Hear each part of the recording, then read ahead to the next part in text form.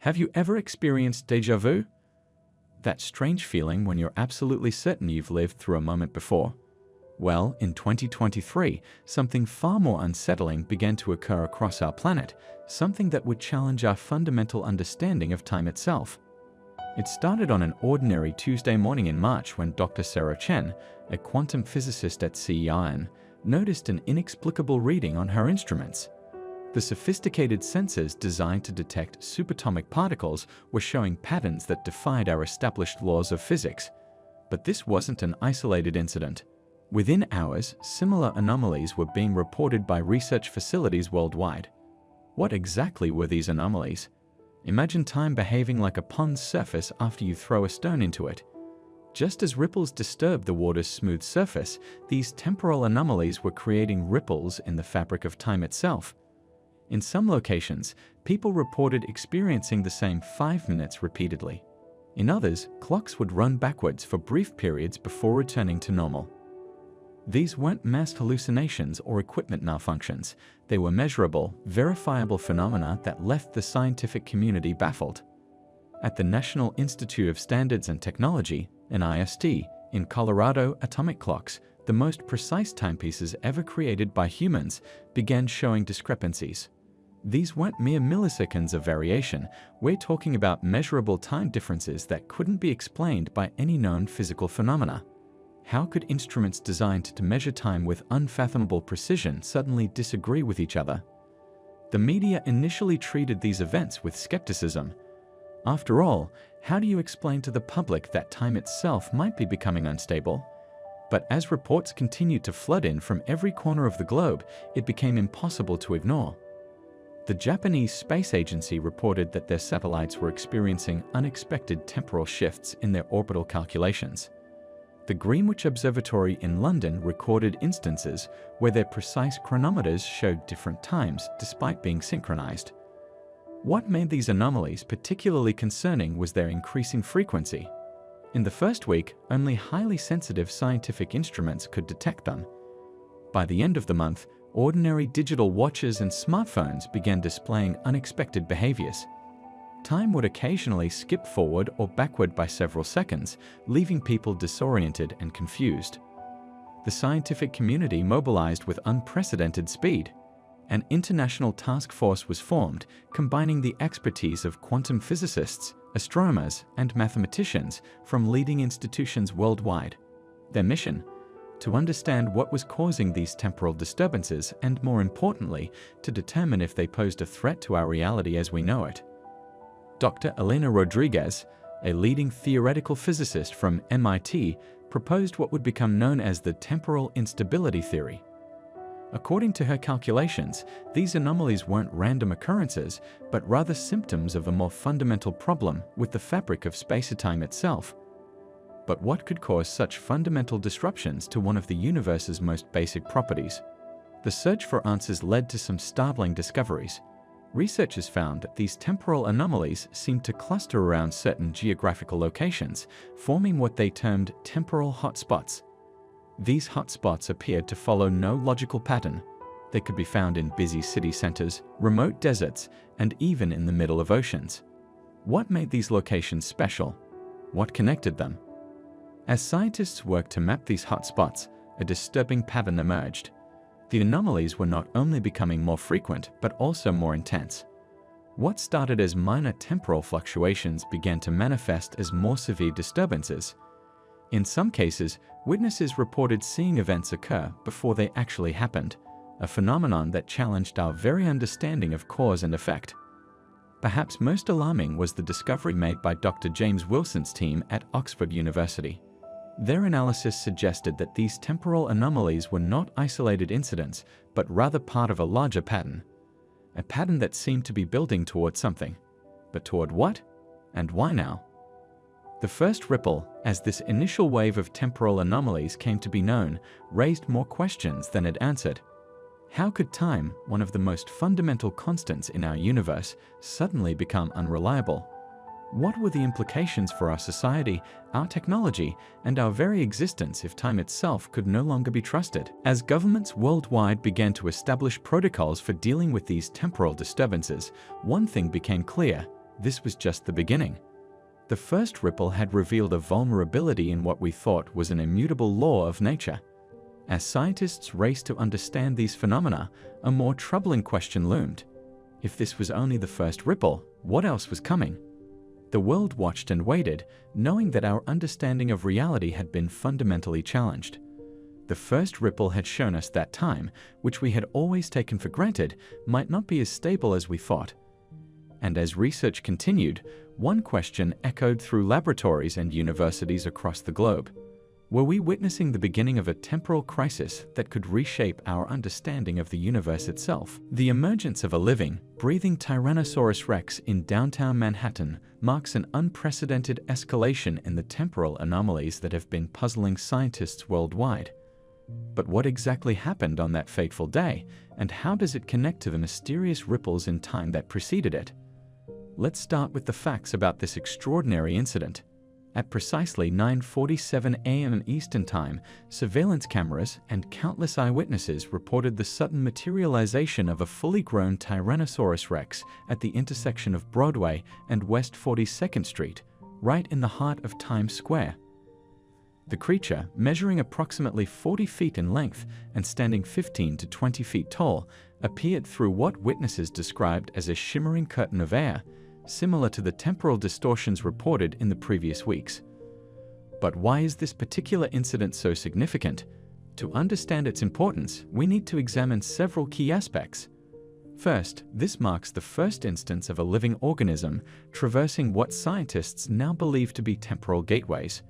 Previous anomalies had only affected inanimate objects or created visual distortions in the environment.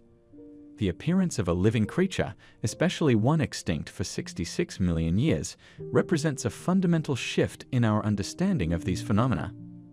The Tyrannosaurus rex that appeared wasn't just any dinosaur, it was a perfect specimen of Tyrannosaurus rex, matching all known paleontological records. This raises an intriguing question. Was this the same T-Rex that paleontologists have studied through fossils, now transported through time? Or was it one of many that existed during the late Cretaceous period? The dinosaur's behavior provides crucial insights into both paleontology and the nature of these temporal events. Upon emergence, the T-Rex exhibited signs of distress and disorientation, suggesting that the temporal transition had a physical effect on the creature. This observation has led scientists to hypothesize that these anomalies might not be random, but rather controlled by some unknown mechanism or natural law we don't yet understand. The incident lasted exactly 17 minutes before the T-Rex vanished as suddenly as it appeared, leaving behind only physical evidence of its brief presence, damaged vehicles, cracked pavement from its massive footfalls, and several distinct footprints that have since been preserved for scientific study. But what caused it to disappear? Was it pulled back to its own time, or did it move to another period entirely? The Manhattan T-Rex incident, as it's now known, has forced scientists to confront several challenging questions about our understanding of time itself. Are these temporal anomalies natural phenomena, or are they being caused by something or someone? The impact on the scientific community has been profound. Paleontologists have gained unprecedented data about T-Rex locomotion, behavior, and physical characteristics from the extensive video footage and physical evidence left behind. This has either confirmed or challenged several long-held theories about dinosaur biology and behavior. The incident has also led to the formation of the Temporal Anomaly Response Team, TART, a multinational organization tasked with monitoring, studying, and responding to similar events. Their work has revealed patterns in the temporal disturbances that preceded the T-Rex's appearance, suggesting these events might be predictable. The financial impact on New York City was significant, but surprisingly limited due to the brief duration of the incident. Insurance companies have since created new policies specifically covering temporal displacement events, reflecting a growing acceptance that such occurrences might become more common. Perhaps most importantly, the Manhattan T-Rex incident has fundamentally changed our perception of time itself. The traditional view of time as a one-way street flowing from past to future has been challenged. If a T-Rex can appear in modern Manhattan, what else might emerge from the past, or perhaps even the future? The scientific community has proposed several theories to explain these events. The temporal membrane theory suggests that the barrier between different time periods is becoming increasingly permeable. The quantum entanglement hypothesis proposes that certain points in spacetime are naturally connected through quantum mechanisms. The anthropogenic time disturbance theory suggests human activities might be inadvertently causing these temporal anomalies. As we continue to witness more temporal anomalies, the Manhattan T-Rex incident serves as a crucial reference point. It demonstrates that the barrier between past and present may be more permeable than we ever imagined. The question now isn't just about what happened, but what's coming next. Are we witnessing the beginning of a new era where time itself becomes as navigable as space? The incident has left us with more questions than answers, but one thing is certain: our understanding of time, space, and the natural world will never be the same. As we move forward, the scientific community remains vigilant, knowing that somewhere, sometime, another temporal anomaly could bring the past crashing into our present once again. The emergence of prehistoric creatures, particularly the Tyrannosaurus rex in Manhattan, wasn't just a localized crisis. It marked the beginning of a devastating cascade effect throughout Earth's modern ecosystems. But what happens when 65-million-year-old beings suddenly interact with today's carefully balanced environment? Let's explore this ecological nightmare. First, we need to understand what makes modern ecosystems tick. Today's food chains and food webs have evolved over millions of years since the extinction of the dinosaurs. Every species, from the smallest insect to the largest predator, plays a crucial role in maintaining this balance. Think of it as an intricate house of cards. Remove one card, and the entire structure becomes unstable. The introduction of prehistoric apex predators into modern environments created immediate and severe disruptions. The Tyrannosaurus rex, for instance, requires approximately 140,000 calories per day, equivalent to about 700 pounds of meat. This massive caloric need forced modern prey species to adapt or perish rapidly, leading to devastating consequences for existing food chains. But it wasn't just about the large predators. The real ecological crisis began with the smallest organisms. Ancient bacteria and microorganisms, dormant for millions of years, started competing with modern microbes. These prehistoric microbes, having different resistances and behaviors than their modern counterparts, began altering soil composition and affecting plant growth patterns. The question arises: how do modern plants and animals defend against threats they've never encountered before? The impact on plant life was particularly severe. Modern plants faced competition from prehistoric flora that operated under different rules. These ancient plants, adapted to higher carbon dioxide levels and different atmospheric conditions, began outcompeting modern species in certain areas. This created a domino effect. As native plant species declined, the animals that depended on them for food and shelter struggled to survive. Insect populations, the often overlooked backbone of many ecosystems, faced unprecedented challenges. Modern insects found themselves dealing with ancient competitors and predators, leading to rapid population changes. This affected everything from pollination patterns to decomposition rates in soil. Did you know that a single disruption in insect populations can affect crop yields by up to 75%? The oceanic ecosystems weren't spared either. The reappearance of marine reptiles like Mosasaurus and Plesiosaurs devastated fish populations. Modern sharks, which had evolved to be apex predators in their domains, suddenly found themselves outcompeted by creatures several times their size. This disruption in marine food chains affected everything from commercial fishing to the migration patterns of seabirds. Climate patterns began showing concerning changes as well. The reintroduction of prehistoric plant species, which processed carbon dioxide differently than modern plants, started affecting local weather patterns. Areas with heavy concentrations of these ancient plants experienced shifts in rainfall and temperature patterns, creating microclimates that further stressed modern species. The ripple effects reach human agriculture. Modern crop species, carefully cultivated over thousands of years, proved vulnerable to both prehistoric pests and competition from ancient plants. Food security became a pressing concern as crop yields declined in affected areas. How could modern farming practices adapt to threats they were never designed to handle? Wetland ecosystems, some of Earth's most productive environments, faced particular challenges. Ancient amphibians and reptiles, adapted to different oxygen levels and environmental conditions, began displacing modern species. These changes affected water purification systems and flood control mechanisms that many human communities relied upon. The situation raised crucial questions about ecosystem resilience and adaptation. Modern species had to either adapt rapidly or face extinction. A process that typically takes thousands of years was now compressed into months. This accelerated evolution created unprecedented pressure on existing species. Conservation efforts faced new challenges. How do you protect modern endangered species while dealing with prehistoric creatures that technically were extinct and had no legal protection status? The ethical and practical implications challenged existing wildlife management frameworks. Disease vectors changed as well. Ancient parasites and pathogens, preserved alongside their hosts, introduced new health risks to modern species. The medical community struggled to understand and combat these prehistoric diseases, which modern immune systems had never encountered. The interconnected nature of ecosystems meant that each disruption amplified others. A change in one area inevitably led to changes elsewhere, creating a cascade of ecological problems that became increasingly difficult to predict or control. The question wasn't just about managing the prehistoric creatures anymore, it was about preventing the complete collapse of modern ecosystems. This ecological chaos demonstrated the delicate balance of Earth's biosphere and the devastating consequences of sudden, massive disruptions. It served as a stark reminder of how interconnected all life forms are and how changes in one area can have far-reaching consequences throughout the entire system.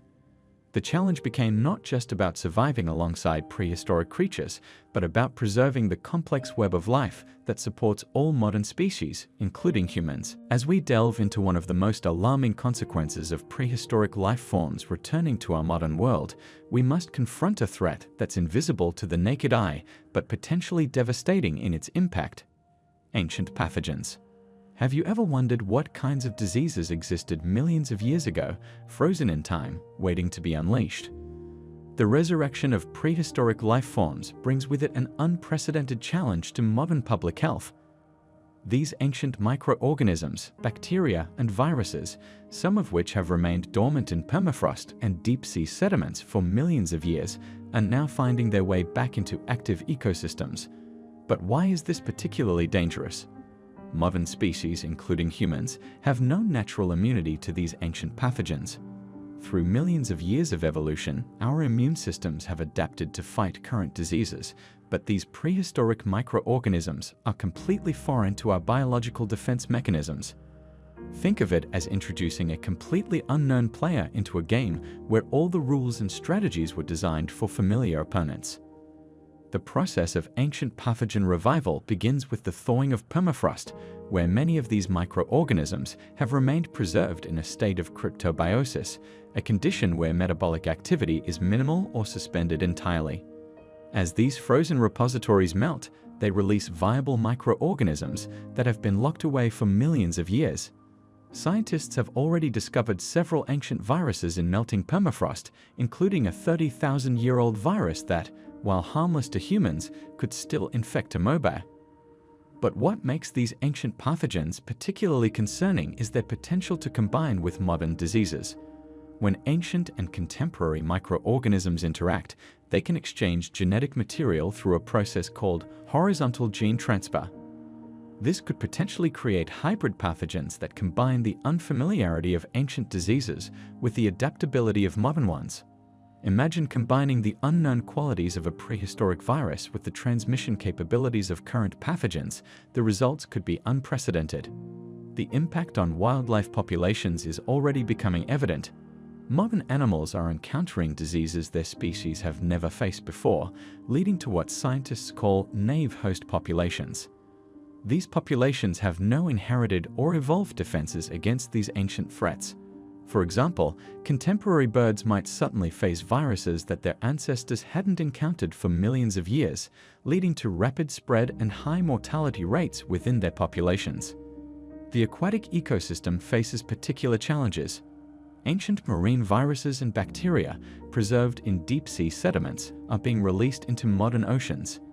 These pathogens can affect everything from microscopic plankton to large marine mammals. The disruption of marine microbial communities can have cascading effects throughout the entire food web, as these microorganisms play crucial roles in nutrient cycling and maintaining ecosystem balance. Soil ecosystems are also experiencing significant impacts. As ancient microorganisms return to active soil communities, they're altering the delicate balance of soil microbiota that modern plants depend on. This can affect agricultural systems, natural vegetation, and ultimately food security. Some of these ancient soil bacteria might carry antibiotic resistance genes that could transfer to modern pathogens, potentially creating new challenges in both human and veterinary medicine. The spread of these ancient diseases isn't limited by traditional geographical boundaries. Modern global transportation and commerce can quickly turn a localized outbreak into a widespread concern. Climate change accelerates this process by creating conditions that favor the survival and spread of these prehistoric pathogens. Scientists are racing to understand these ancient disease vectors, but they face significant challenges. How do you study a pathogen that hasn't existed in active form for millions of years? How do you predict its behavior in modern ecosystems? What kind of containment measures would be effective against diseases that evolved long before our current medical knowledge? The situation raises important questions about our preparedness for such biological challenges. Our current medical infrastructure and disease control measures were developed to handle known pathogens. But how do we adapt these systems to address threats from Earth's distant past? The emergence of ancient diseases also highlights the interconnectedness of global health challenges. The impact of these pathogens doesn't just affect individual species, but entire ecosystems. When one species becomes vulnerable to an ancient disease, it can create a domino effect throughout the food web, potentially destabilizing entire biological communities that have taken millions of years to establish. Research teams worldwide are now working to identify and catalog these ancient pathogens before they become active threats. This involves careful analysis of preserved specimens, genetic sequencing of ancient microorganisms, and development of new containment protocols. The goal is to understand these prehistoric disease vectors before they can cause widespread damage to modern ecosystems. As we continue to witness the unfolding of this unprecedented situation, one thing becomes clear: the return of ancient pathogens represents a unique challenge to modern biodiversity. It serves as a reminder that life on Earth is interconnected not just across species and ecosystems, but across time itself. The question now isn't just how we'll handle current disease outbreaks, but how we'll adapt to face diseases that haven't existed on Earth for millions of years. Let's explore one of the most dramatic consequences of the melting permafrost, a fundamental change in the very air we breathe. Have you ever wondered what Earth's atmosphere was like millions of years ago? As we're about to discover, we might be getting an unwanted glimpse into that ancient world. The story begins with the massive release of preserved prehistoric plant matter from the thawing permafrost. These ancient plants, which have remained frozen for millions of years, are now decomposing and releasing their stored compounds into our modern environment. But why is this such a significant concern for our atmosphere? To understand this, we need to first acknowledge that Earth's atmosphere hasn't always been the way it is today. During different geological periods, oxygen levels have fluctuated dramatically. For instance, during the Carboniferous period, around 300 million years ago, oxygen levels were much higher than today, reaching up to 35% compared to our current 21%. These changes were largely driven by the dominant plant life of each era. As the permafrost continues to thaw, we're witnessing the release of ancient plant material that has been locked away since times when atmospheric composition was vastly different. These plants, adapted to different atmospheric conditions, are beginning to influence our current atmospheric balance in several critical ways. First, the decomposition of these ancient plants releases significant amounts of methane and carbon dioxide, greenhouse gases that further accelerate the warming process. But there's another, less discussed effect: the impact on oxygen levels. How does this work? The answer lies in the unique characteristics of prehistoric plants and their interaction with our modern atmosphere. These ancient plants, when they begin to decompose, consume oxygen in the process. Additionally, as they release their stored compounds, they trigger chemical reactions that can alter local oxygen concentrations. Think of it as opening a time capsule that contains air from millions of years ago, except this time capsule is continent-sized and its contents are actively changing our atmosphere. The process becomes even more complex when we consider the role of modern plants in this equation. Our current vegetation has evolved to thrive in today's atmospheric conditions. As oxygen levels begin to shift, these plants may struggle to photosynthesize effectively, potentially leading to a reduction in their oxygen production. It's a concerning feedback loop. The more the ancient plants affect our atmosphere, the harder it becomes for modern plants to maintain the balance we depend on. But what does this mean for life on Earth today? The implications are far-reaching. Most modern organisms, including humans, have evolved to function optimally in our current atmospheric composition. Even small changes in oxygen levels can have significant effects on biological processes. For instance, a decrease in oxygen concentration can impact everything from human cognitive function to the survival of marine life. The changes aren't uniform across the globe. Different regions experience varying degrees of atmospheric alteration depending on factors such as the concentration of thawing permafrost in the area, local plant density and type, weather patterns and air circulation, topographical features that might trap or disperse altered air. Scientists are particularly concerned about areas near large permafrost deposits where atmospheric changes are most pronounced. These regions serve as early warning systems, showing us what might happen on a larger scale if the trend continues. The situation becomes even more complex when we consider the interaction between these atmospheric changes and the previously discussed disease vectors from ancient bacteria and viruses. The altered atmosphere could potentially create conditions that favor the survival and spread of these prehistoric pathogens, adding another layer of concern to an already challenging situation. What can we do about these atmospheric shifts? Monitoring and understanding these changes is crucial. Scientists are using various methods to track atmospheric composition changes, including ground-based air quality monitoring stations, satellite observations of atmospheric gases, analysis of air trapped in ice cores to understand historical patterns, biological indicators such as changes in plant growth patterns. The scientific community is working to develop models that can predict how these atmospheric changes might progress and what measures might help mitigate their effects. However, the complexity of atmospheric systems makes this a challenging task. Looking ahead, these atmospheric shifts pose serious questions about the future of life on Earth. How will ecosystems adapt to these changes? What measures can we take to stabilize atmospheric composition? The answers to these questions may determine the course of life on Earth for generations to come. As we continue to witness these unprecedented changes in our atmosphere, it becomes increasingly clear that the effects of thawing permafrost extend far beyond the immediate release of frozen materials. The very composition of the air we breathe is being altered in ways that could have long-lasting implications for all life on Earth. The story of atmospheric shift serves as a powerful reminder of the interconnected nature of Earth's systems and the delicate balance that supports life as we know it.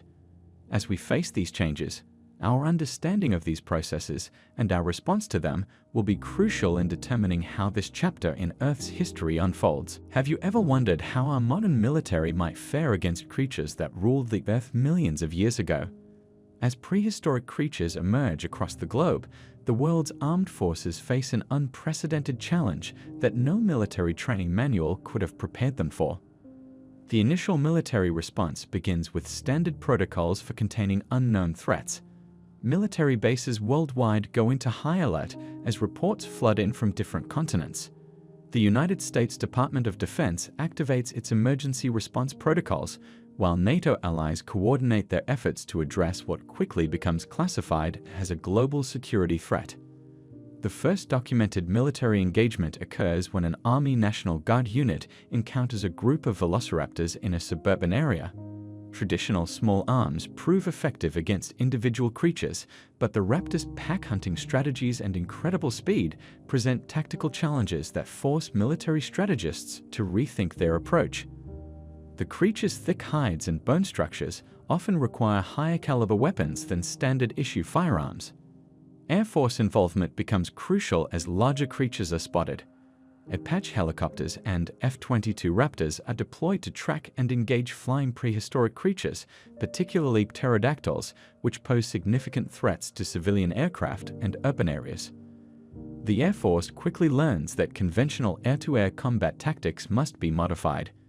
These creatures don't follow predictable flight patterns like enemy aircraft, and their maneuverability in air currents proves challenging for modern targeting systems.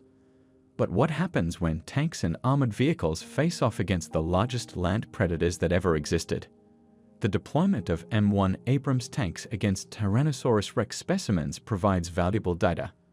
While the tank's firepower proves more than adequate, the creature's unexpected speed and aggression often negate the advantages of long-range engagement. Military strategists are forced to develop new tactics for dealing with threats that combine the size of buildings with the agility of modern predators. Naval forces face their own unique challenges. Submarines detect massive underwater movements, leading to encounters with marine creatures like Mosasaurus and Megalodon. The U.S. Navy's sonar systems, designed to track submarines and ships, must be recalibrated to account for organic targets of unprecedented size. Aircraft carriers become mobile command centers, coordinating responses to coastal incidents and providing rapid deployment capabilities for special response teams. The military's research and development divisions work overtime to analyze the effectiveness of different weapon systems. Traditional explosives prove effective, but often require larger yields than expected due to the creature's size and resilience. This leads to concerns about collateral damage in populated areas. How do you stop a Brachiosaurus rampaging through a city without destroying several city blocks in the process? Special Forces units undergo rapid adaptation of their tactics. The Army Rangers and Navy SEALs develop new protocols for urban combat against pack hunters like velociraptors. Their training now includes understanding prehistoric predator behavior and identifying weak points in creature anatomy. The use of thermal imaging proves particularly effective as these cold-blooded creatures present distinct heat signatures compared to their surroundings. Military logistics face unprecedented challenges. How do you maintain supply lines when roads and conventional transport routes are compromised by creatures that can overturn trucks or attack aircraft? The military begins utilizing autonomous vehicles and drones for supply delivery in high-risk areas. Satellite tracking systems are repurposed to monitor creature movements and predict potential confrontations.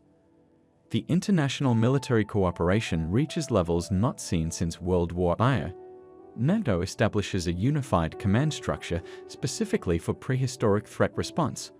Russian and Chinese military forces share intelligence and resources with Western allies, recognizing the global nature of the threat.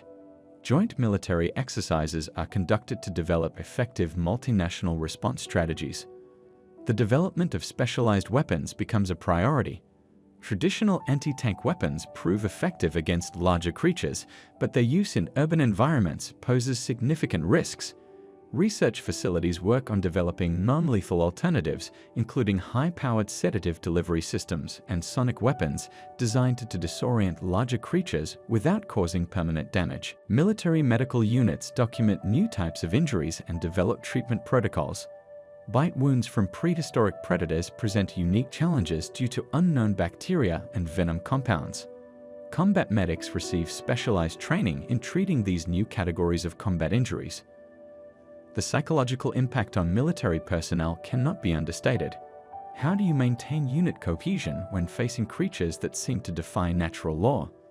Military psychologists work overtime to help soldiers cope with this new reality, while combat stress teams are deployed to support units in high-engagement areas. As the military response evolves, questions arise about long-term strategy. Is containment possible? Should the goal be elimination or capture? The ethical implications of dealing with resurrected species become a topic of heated debate among military leadership and civilian authorities. The military's role expands beyond combat operations. Engineering corps begin constructing specialized containment facilities, while military scientists work alongside civilian experts to understand these creatures' behaviors and vulnerabilities. The line between military operation and scientific research becomes increasingly blurred. This unprecedented situation forces military organizations worldwide to adapt and evolve rapidly. Traditional doctrine and tactics prove insufficient against threats that combine primitive ferocity with physical capabilities exceeding modern wildlife. The military response continues to develop, balancing the need for effective containment with the preservation of civilian infrastructure and life. What began as a standard military response has evolved into something far more complex. The armed forces of the world find themselves not just fighting a war, but participating in one of the most extraordinary challenges in human history. How will modern military might ultimately fare against the rulers of Earth's prehistoric past? The answer continues to unfold as the situation develops. The emergence of prehistoric megafauna has created an unprecedented crisis in global agriculture, one that threatens the very foundation of our modern food supply systems. Let's explore how these ancient creatures are impacting our ability to feed the world's population. What happens when 10,000-year-old herbivores encounter modern crops? The results are devastating. Unlike modern herbivores that have evolved alongside our agricultural practices, prehistoric megafauna have no natural limitations or learned behaviors regarding our carefully cultivated crops. These massive creatures, some weighing up to several tons, are consuming and destroying agricultural resources at an alarming rate. The primary challenge lies in the sheer volume of plant material these creatures consume. Take, for instance, the woolly mammoth, which requires approximately 300 to 600 pounds of vegetation daily. When these creatures encounter modern wheat fields, they don't just eat, they devastate entire harvests in hours.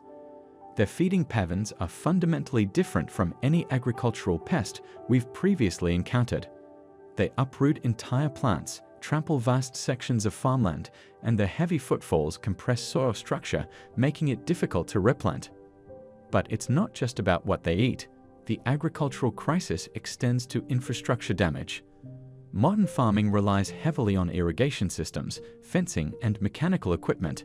When massive creatures like giant ground sloths or woolly rhinoceros encounter these structures, they don't recognize them as barriers. Irrigation pipes are crushed, fences are knocked down, and expensive farming equipment is damaged or destroyed. Had you ever considered how a standard agricultural fence designed to contain cattle would fare against a creature 4 times that size? The impact on global food security is severe. Initial assessments indicate that crop losses in affected areas range from 60% to complete destruction. Traditional crop protection methods prove ineffective against these prehistoric herbivores. Pesticides and repellents developed for modern pest control have no effect on these massive creatures, and physical barriers designed for contemporary wildlife prove inadequate. The crisis has forced a rapid evolution in farming practices. Farmers are attempting to adapt, but how do you protect hundreds of acres of crops from creatures that haven't walked the earth since the last ice age? Some agricultural regions have begun experimenting with deep trenches and reinforced barriers, but these solutions are expensive and not always effective. The ripple effects extend beyond immediate crop destruction. Soil compaction from these heavy creatures creates long-term problems for future growing seasons. Their weight, often several times that of modern farming equipment, compresses soil to a degree that severely impacts its ability to support plant growth. This compression affects water absorption, root development, and soil aeration, potentially rendering fields unusable for years. Storage facilities face unique challenges too. Traditional grain silos and warehouses were never designed to withstand interaction with megafauna. When these creatures discover stored food sources, they can destroy months of harvested crops in a single encounter. This vulnerability in our food storage infrastructure has forced a complete rethinking of how we protect and maintain our agricultural reserves. The economic impact on farming communities is staggering. Insurance companies are struggling to adapt their policies to cover prehistoric creature damage, leaving many farmers without financial protection. agricultural loans become riskier, and many banks are hesitant to provide financing for regions frequently visited by these creatures. Have you considered how this affects not just large industrial farms, but small family operations that have sustained communities for generations? Global food prices are responding to this crisis, with basic staples seeing significant price increases. The destruction of crops and farming infrastructure has created supply chain disruptions that affect food availability worldwide. Countries that heavily depend on agricultural exports are experiencing severe economic strain, while food importing nations face increased costs and potential shortages. Adaptation strategies are emerging, but they require substantial investment and reorganization of traditional farming methods. Some regions are experimenting with protected agriculture, essentially fortress farms with reinforced barriers and covered growing areas. Others are exploring vertical farming and indoor growing facilities, though these solutions can't match the volume of traditional field farming. The crisis has sparked intense research into alternative farming methods and crop protection strategies. Agricultural scientists are studying the feeding patterns and behaviors of these prehistoric creatures, hoping to develop effective deterrent systems. Some researchers are investigating whether certain modern plants might naturally repel these ancient herbivores, similar to how some plants have evolved to deter contemporary pests. Looking ahead, the agricultural sector faces a fundamental challenge: how to maintain large-scale food production in a world where prehistoric megafauna roam freely. This crisis forces us to question our current agricultural models and challenges our assumptions about food security. Can our modern agricultural system adapt to these prehistoric pressures? The answer to this question will likely determine the future of global food production. As we continue to grapple with this unprecedented agricultural crisis, one thing becomes clear: our modern farming practices must evolve rapidly to survive in this new reality. The solutions we develop may not only help us address the immediate crisis, but could also lead to more resilient and innovative agricultural systems for the future. The transition from agricultural devastation to urban conflict marks one of the most challenging phases in human history's confrontation with resurrected megafauna. As our farming systems collapsed under the pressure of giant herbivores, surviving populations retreated to urban centers, inadvertently creating a new battleground between humanity and prehistoric predators. But why did our cities become the next target? The answer lies in basic predator behavior. Just as modern-day lions follow wildebeest herds, ancient predators followed their prey, in this case, humans concentrating in urban areas. This concentration of potential prey, combined with the breakdown of rural food sources, created an irresistible draw for prehistoric hunters. The urban warfare phase began with isolated incidents. Remember those stories about mountain lions wandering into suburban areas? Now imagine the same scenario, but with Smilodon saber-toothed cats, weighing up to 600 pounds or worse, packs of dire wolves that were significantly larger and more aggressive than their modern counterparts. These weren't just random encounters, they represented a systematic invasion of human spaces. What made urban warfare against prehistoric predators particularly challenging? First, consider our city infrastructure. Modern cities were designed to handle human conflicts, not battles with 12-foot-tall short-faced bears or packs of prehistoric wolves. Our security systems, barriers, and defensive structures proved inadequate against creatures that could leap over fences, break through walls, or simply overpower traditional deterrents. The presence of dense civilian populations complicated defensive strategies. How do you defend against a Thylacoleo marsupial lion that can climb buildings as easily as modern cats scale trees? Traditional military responses had to be completely reconsidered. Heavy weapons couldn't be used freely in populated areas, and evacuation procedures had to account for the speed and hunting patterns of prehistoric predators. Transportation systems became particularly vulnerable. Subway tunnels, originally designed for human convenience, transformed into hunting corridors for pack-hunting predators. The underground networks of many major cities inadvertently provided perfect ambush points for creatures adapted to cave hunting. Have you ever considered how a pack of dire wolves might use a subway tunnel differently than modern wolves use forest corridors? The psychological impact on urban populations was profound. Unlike modern predators that generally avoid human contact, many prehistoric predators had evolved alongside early humans and viewed them as natural prey. This led to a level of aggressive hunting behavior that modern humans had never experienced. The constant threat transformed city life. People could no longer freely walk the streets, and normal activities like commuting or shopping became potentially lethal endeavors. Adaptation became crucial for survival. Cities began implementing new defensive measures. High-voltage electrical barriers replaced traditional fencing. Safe zones were established with multiple layers of security. But perhaps most importantly, human behavior had to change. New protocols for movement, communication, and daily activities had to be developed. Think about it, how would you redesign a school bus stop knowing that a Smilodon might be watching? The urban warfare phase also revealed surprising aspects of prehistoric predator behavior. These creatures demonstrated remarkable adaptability to urban environments. Some species, like the American lion, larger than modern African lions, showed unexpected intelligence in navigating city layouts. They learned to use elevated positions like parking structures as vantage points, and some even figured out patterns in human movement through urban areas. Emergency services had to be completely restructured. Traditional first responder protocols were useless against threats that could outrun vehicles and breach standard protective equipment. New specialized units were formed, combining expertise from wildlife management, military operations, and urban planning. But how do you train someone to handle a situation that hasn't existed for millions of years? Technology played a crucial role in adaptation. Advanced detection systems, using everything from thermal imaging to AI-powered prediction models, became essential for survival. Cities developed early warning systems based on animal behavior patterns, much like tsunami warning systems. But the challenge was immense.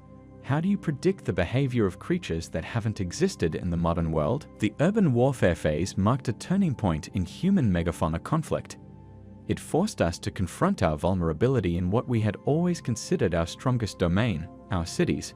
The experience fundamentally changed our understanding of urban planning, defense, and coexistence with powerful predators. This period raised crucial questions about the future of human civilization. Could our cities adapt enough to provide true safety? Would we need to completely redesign urban spaces? How could we maintain essential services under constant threat? These questions drove innovation in urban defense and adaptation strategies, leading to fundamental changes in how we think about city living and human security. The urban warfare phase wasn't just about survival, it was about learning to adapt our most complex human environments to threats we never imagined facing. It tested not just our physical defenses, but our ability to understand and respond to creatures that challenged our position as Earth's dominant species. As the battle for survival on land intensifies, humanity faces an equally devastating crisis in our oceans.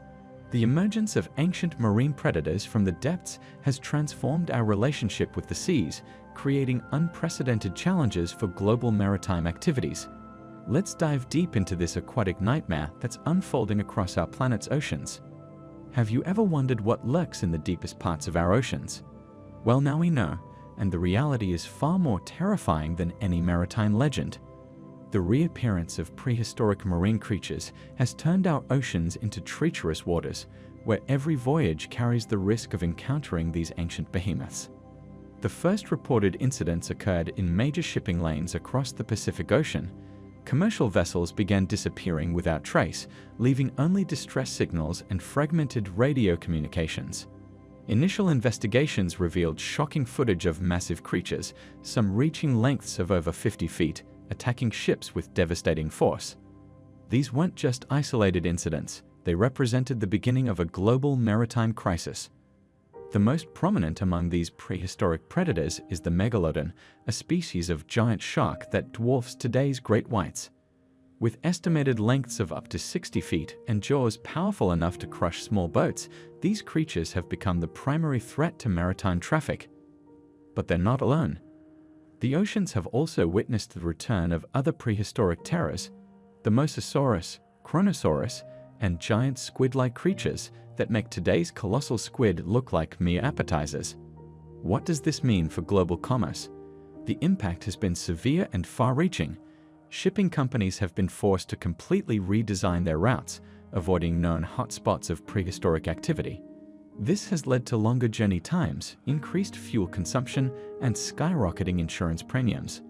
Many smaller shipping companies have gone bankrupt, unable to cope with the new reality of maritime transportation. The fishing industry has been particularly hard hit. Traditional fishing grounds have become no-go zones, with entire fishing fleets being forced to abandon their usual territories. The economic impact on coastal communities has been devastating. Think about it, generations of fishing families suddenly finding their livelihoods threatened not by overfishing or climate change, but by creatures that should have been extinct millions of years ago. Global navies have responded by developing new defensive strategies and technologies. Sonar systems have been upgraded to detect these massive creatures from greater distances. Ships are being retrofitted with reinforced hulls and specialized deterrent systems, including acoustic devices that emit frequencies known to repel these ancient predators. But these measures come at an enormous cost, and not all vessels can afford such upgrades. The scientific community has been working over time to understand these marine predators' behavior patterns. Research vessels, protected by military escorts, venture into dangerous waters to study these creatures. Their findings have been both fascinating and alarming.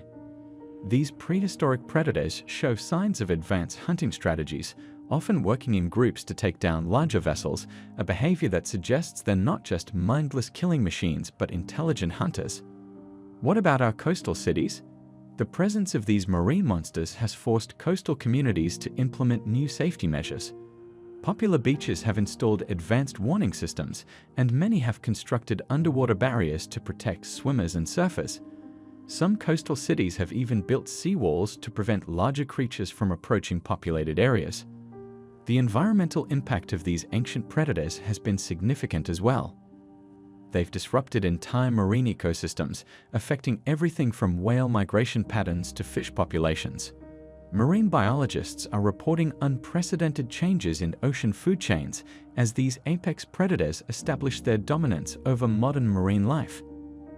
The global response to this crisis has led to unprecedented international cooperation. Nations that were once rivals now work together to maintain safe shipping lanes and protect maritime commerce. The United Nations has established the International Maritime Safety Coalition, IMSC, a body dedicated to coordinating global efforts to manage this new threat. But perhaps the most profound impact has been on our collective psyche. The oceans, which once represented opportunity and adventure, are now viewed with a mixture of fear and respect. Every ship's crew knows they're entering territory where humans are no longer at the top of the food chain. As we continue to adapt to this new reality, questions remain. How will we maintain global trade in these dangerous waters? Can we find a way to coexist with these ancient predators? The answers to these questions will determine not just the future of maritime commerce, but potentially the survival of our interconnected global civilization. The marine mayhem has forced humanity to innovate and adapt, but it has also reminded us of our vulnerability in the face of nature's most formidable predators. As we look to the future, one thing is certain: our relationship with the oceans will never be the same again. In the wake of the marine disruptions caused by ancient sea creatures, humanity faced an unprecedented challenge that would shake our confidence in modern technology to its core. This act reveals how our most advanced containment systems and defensive measures proved startlingly inadequate against prehistoric creatures that had evolved over millions of years. Let's begin by examining why our modern technology failed so spectacularly. Have you ever wondered why something that seems so advanced could prove useless against creatures from the past? The answer lies in a fundamental misconception.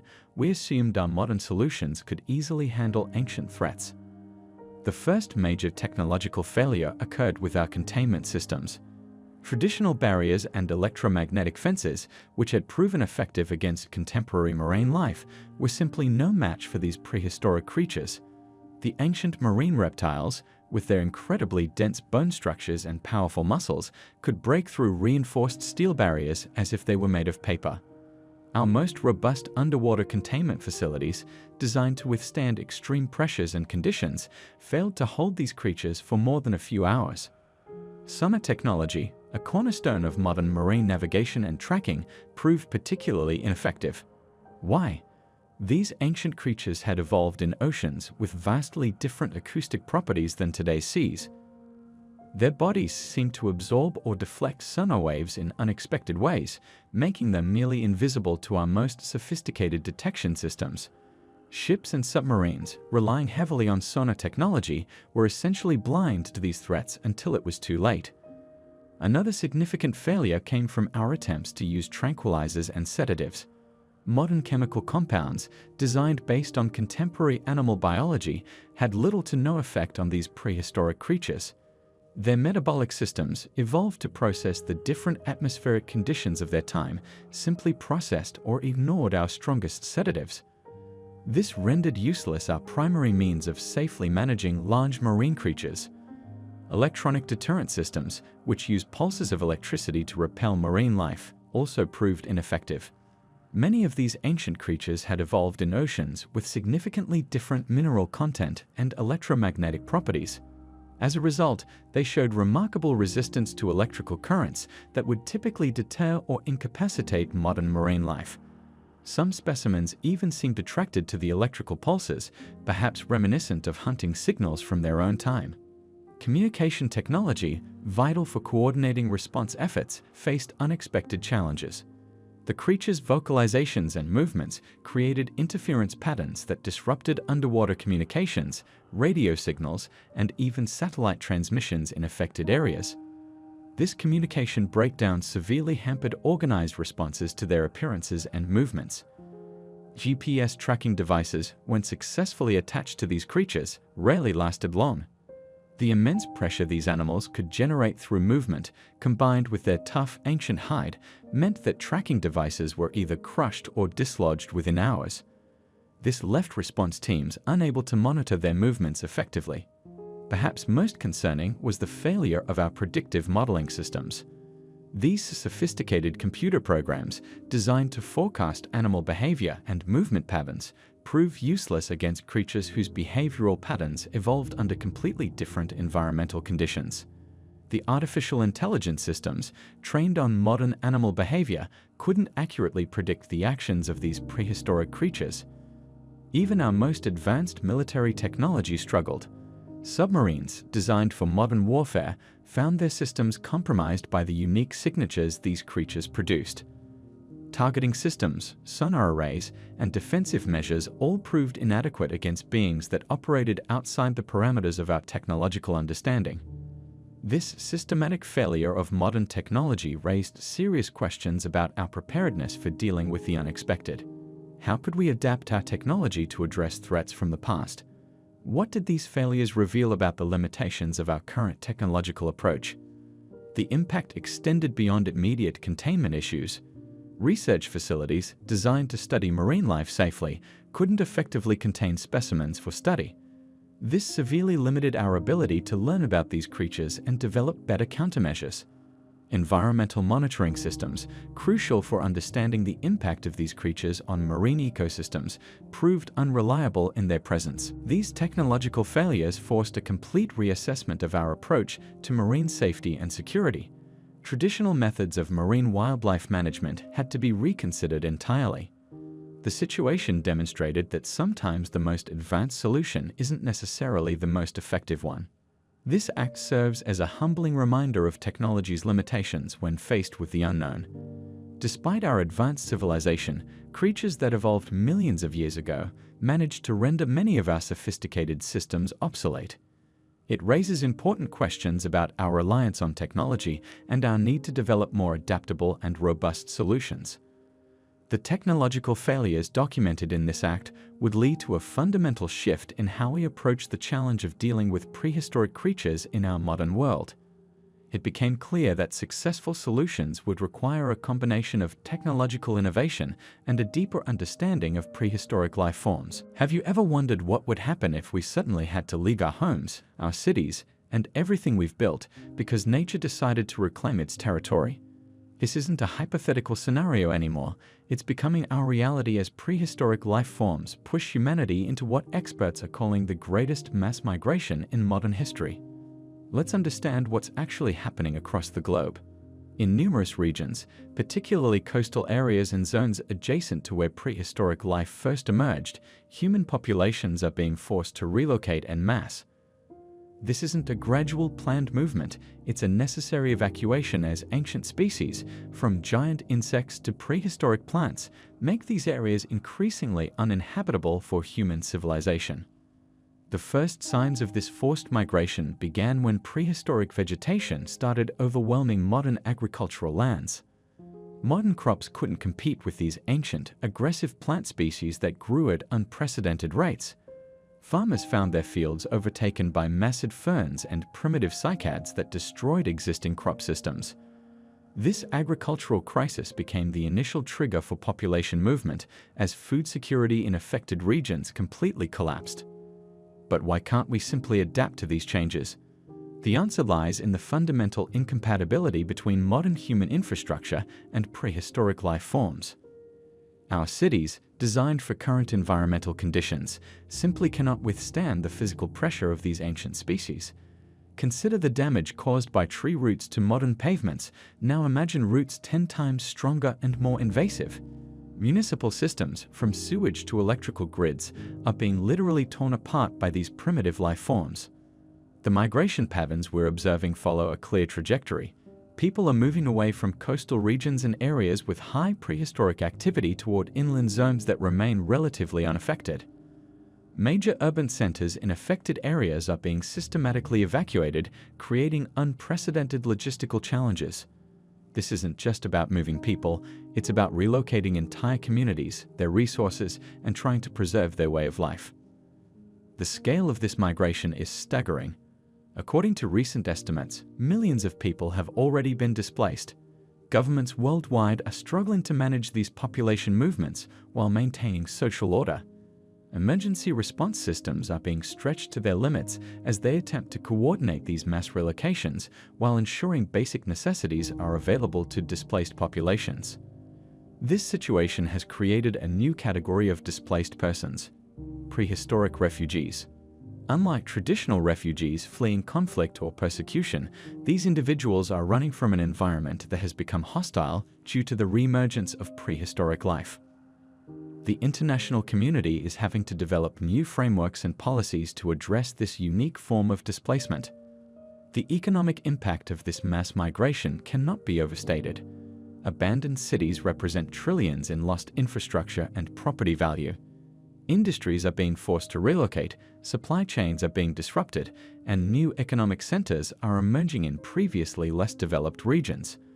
The global economy is undergoing a fundamental restructuring as humanity adapts to this new reality. One of the most challenging aspects of this migration is the psychological impact on affected populations. People are leaving behind not just physical possessions, but generations of history and cultural connections. Communities that have existed for centuries are being dissolved as their members scatter to different safe zones. The social fabric of affected regions is being completely transformed. Scientists are working desperately to understand the patterns of prehistoric life expansion to predict which areas might be affected next. This information is crucial for planning future evacuations and identifying safe zones for relocated populations. However, the unpredictable nature of these ancient species makes long-term planning extremely challenging. The international response to this crisis has necessitated unprecedented cooperation between nations. Countries are having to open their borders and create new settlements to accommodate displaced populations. This has led to the development of new international agreements and protocols specifically designed to handle prehistoric-induced migration. Looking ahead, humanity faces the challenge of not just managing these migrations, but adapting to a world where significant portions of the planet may become uninhabitable for modern human civilization. Urban planners and architects are already developing new designs for settlements that might be more resistant to prehistoric life forms, while agricultural scientists are working on ways to protect food production in unaffected areas. This mass migration represents more than just a physical movement of people, it's a fundamental shift in how humanity must think about its place on Earth. As we abandon areas to prehistoric life, we're being forced to reconsider our relationship with nature and our assumptions about our dominance over the planet's ecosystems. The question now isn't just where we'll go, But how we'll adapt to this new world where we're no longer the dominant species in every environment? Will we find ways to coexist with these prehistoric life forms, or will humanity continue to retreat into increasingly limited safe zones? The answers to these questions will shape the future of human civilization as we know it. As we delve into one of the most critical challenges facing humanity in this unprecedented crisis, we must examine how prehistoric creatures are rapidly consuming and depleting our modern resources. Have you ever wondered what would happen if millions of years of evolution suddenly collided in a battle for survival? This is exactly what we're experiencing now. The resource competition between modern species and prehistoric creatures has reached alarming levels. These ancient beings, having evolved in environments with different resource distributions, are consuming modern resources at rates that our current ecosystems simply cannot sustain. Let's break down the specific impacts and understand why this competition has become so severe. First, let's consider our agricultural systems. Modern crops, carefully cultivated over thousands of years, are being decimated by prehistoric herbivores. Large sauropods, like Diplodocus and Brachiosaurus, can consume hundreds of pounds of vegetation daily. A single adult sauropod requires approximately 1,000 pounds of plant matter every day to sustain itself. When you multiply this by the growing numbers of these creatures, we're seeing entire agricultural regions being stripped bare in matters of days. What took farmers months to grow is being consumed in hours. Water resources are another critical concern. Modern freshwater systems, already under stress from human consumption, are now being shared with creatures that evolved in very different hydrological conditions. Large prehistoric marine reptiles and amphibians are occupying our lakes, rivers, and coastal areas, affecting both freshwater availability and fishing industries. Some of these creatures, like the Dinosaurs, a giant prehistoric crocodilian, require significant amounts of water not just for survival, but also for hunting and temperature regulation. The competition extends to land use as well. Territorial prehistoric creatures are pushing modern animals out of their habitats, disrupting established ecosystems. This isn't just about space, it's about the entire food chain being reorganized. Modern apex predators like lions and tigers are finding themselves competing with, and often losing to, more aggressive prehistoric predators like Allosaurus and Tyrannosaurus rex. Perhaps most concerning is the impact on our industrial resources. Modern infrastructure and materials are being affected in ways we never anticipated. Prehistoric creatures are damaging power lines, roads, and buildings, either intentionally or as a byproduct of their size and behavior. Some species are even attracted to certain modern materials, particularly metals and minerals, that resemble resources they evolved to seek out millions of years ago. The energy sector is facing unique challenges. Oil and gas infrastructure, particularly in remote areas, is being damaged by large dinosaurs that are attracted to the vibrations of pumping equipment. Storage facilities are being compromised, leading to both resource loss and environmental concerns. Have you considered how our energy security, already a delicate balance, is being further destabilized by these prehistoric competitors?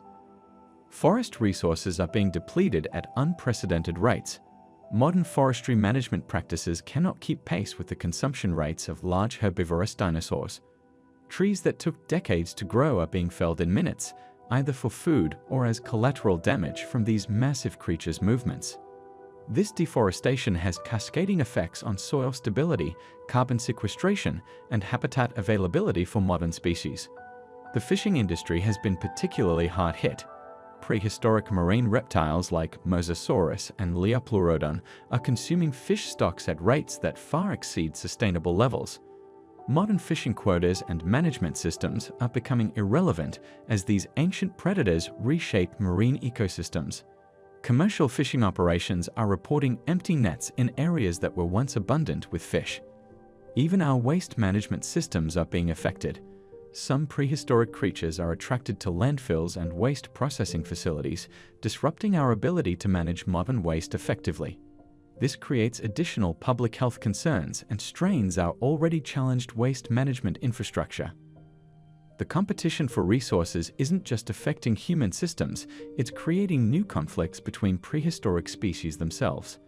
These creatures, which never coexisted in their original time periods, are now competing for the same resources in our modern environment. This leads to territorial disputes and violent confrontations that further damage surrounding resources and infrastructure. Looking ahead, we must ask ourselves, how can we adapt our resource management strategies to account for these new competitors?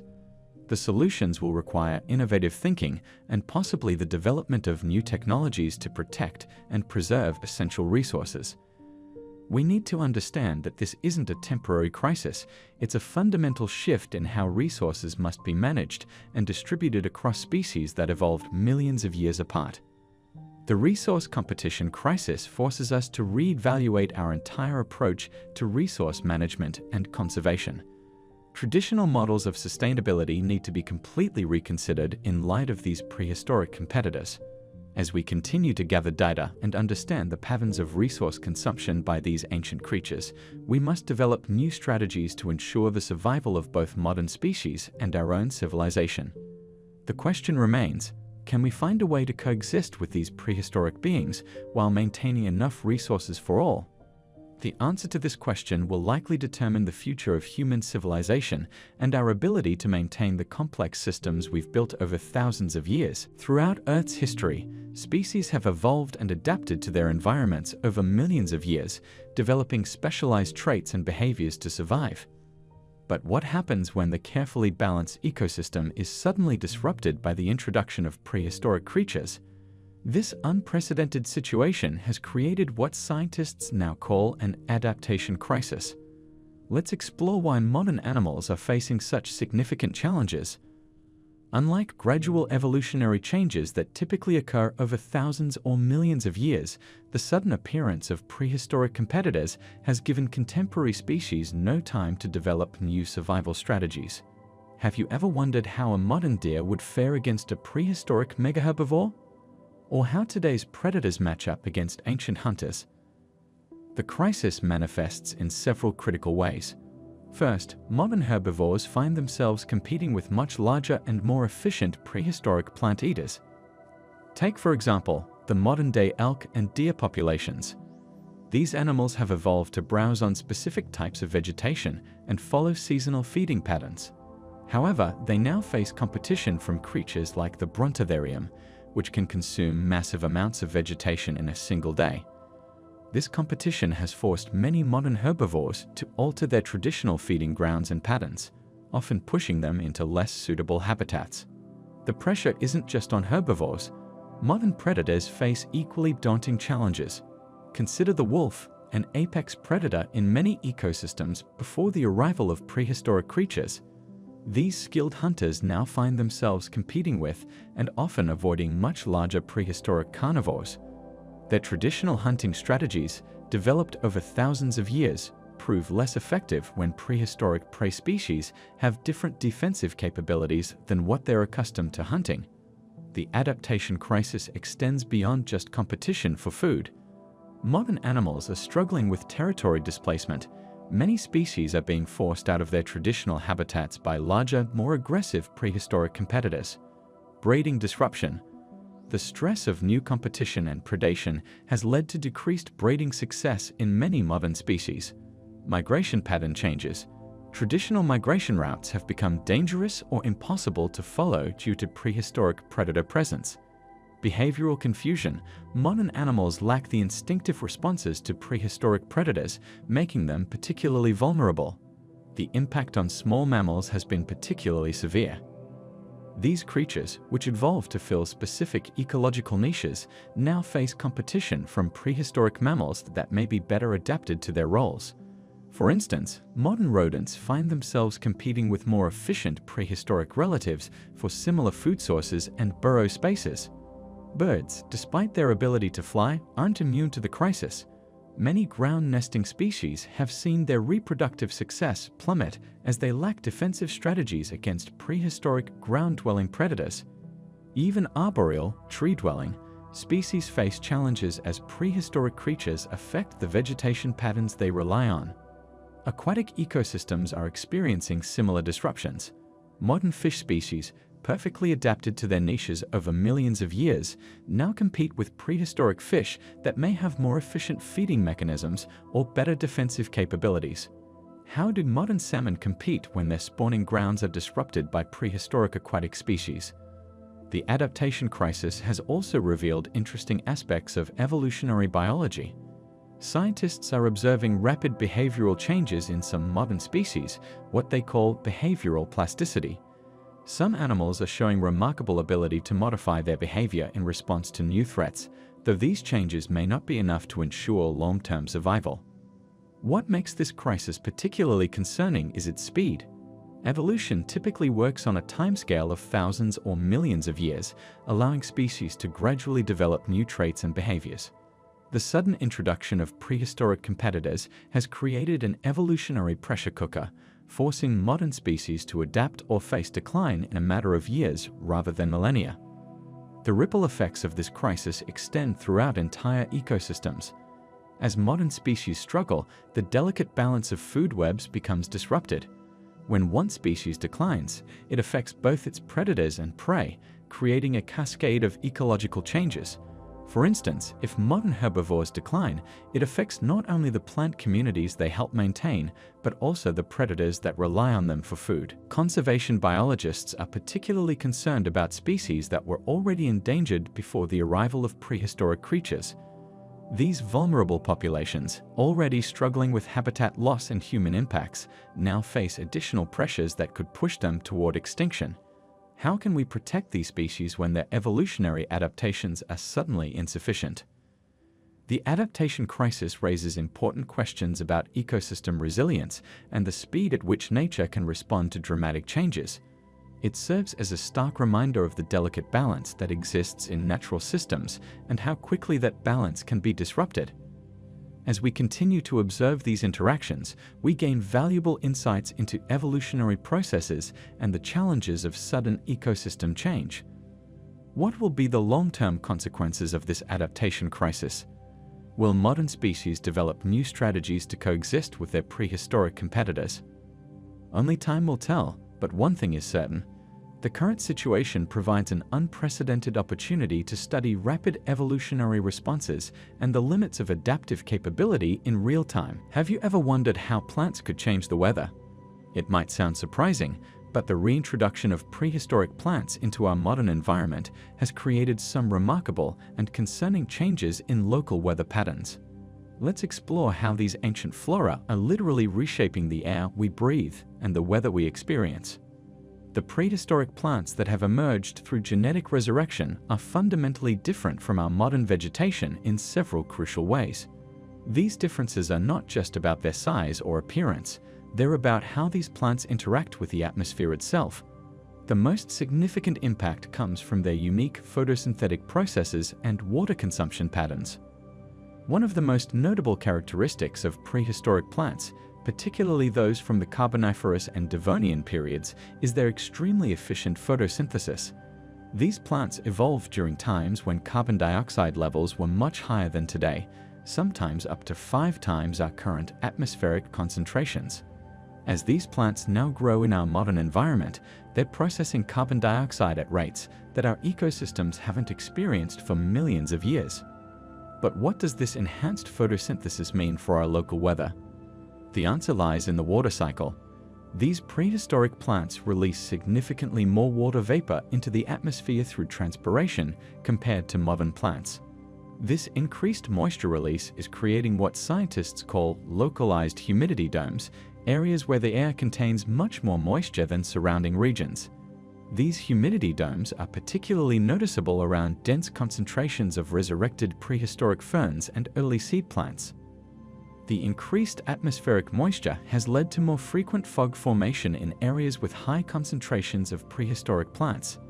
In some regions, morning fog that historically dissipated by mid-morning now persists until afternoon, affecting local temperature patterns and solar radiation reaching the ground. This phenomenon has been particularly pronounced in valleys and lowland areas where the prehistoric vegetation has taken root. Another significant impact comes from the sheer size and density of prehistoric plants. Many of these species, such as giant horsetails and ancient tree ferns, grow much taller and denser than their modern relatives. This increased vegetation density creates what meteorologists call roughness elements. physical barriers that affect wind patterns and air circulation. Areas with dense prehistoric plant growth have experienced noticeable changes in local wind patterns, with some locations reporting a reduction in average wind speeds by up to 40%. The combination of increased atmospheric moisture and altered wind patterns has led to more frequent localized precipitation events. Areas with high concentrations of prehistoric plants are experiencing what scientists term enhanced convective precipitation, essentially more frequent afternoon thunderstorms. These storms are often more intense than typical modern weather patterns, as the additional moisture in the air provides more fuel for storm development.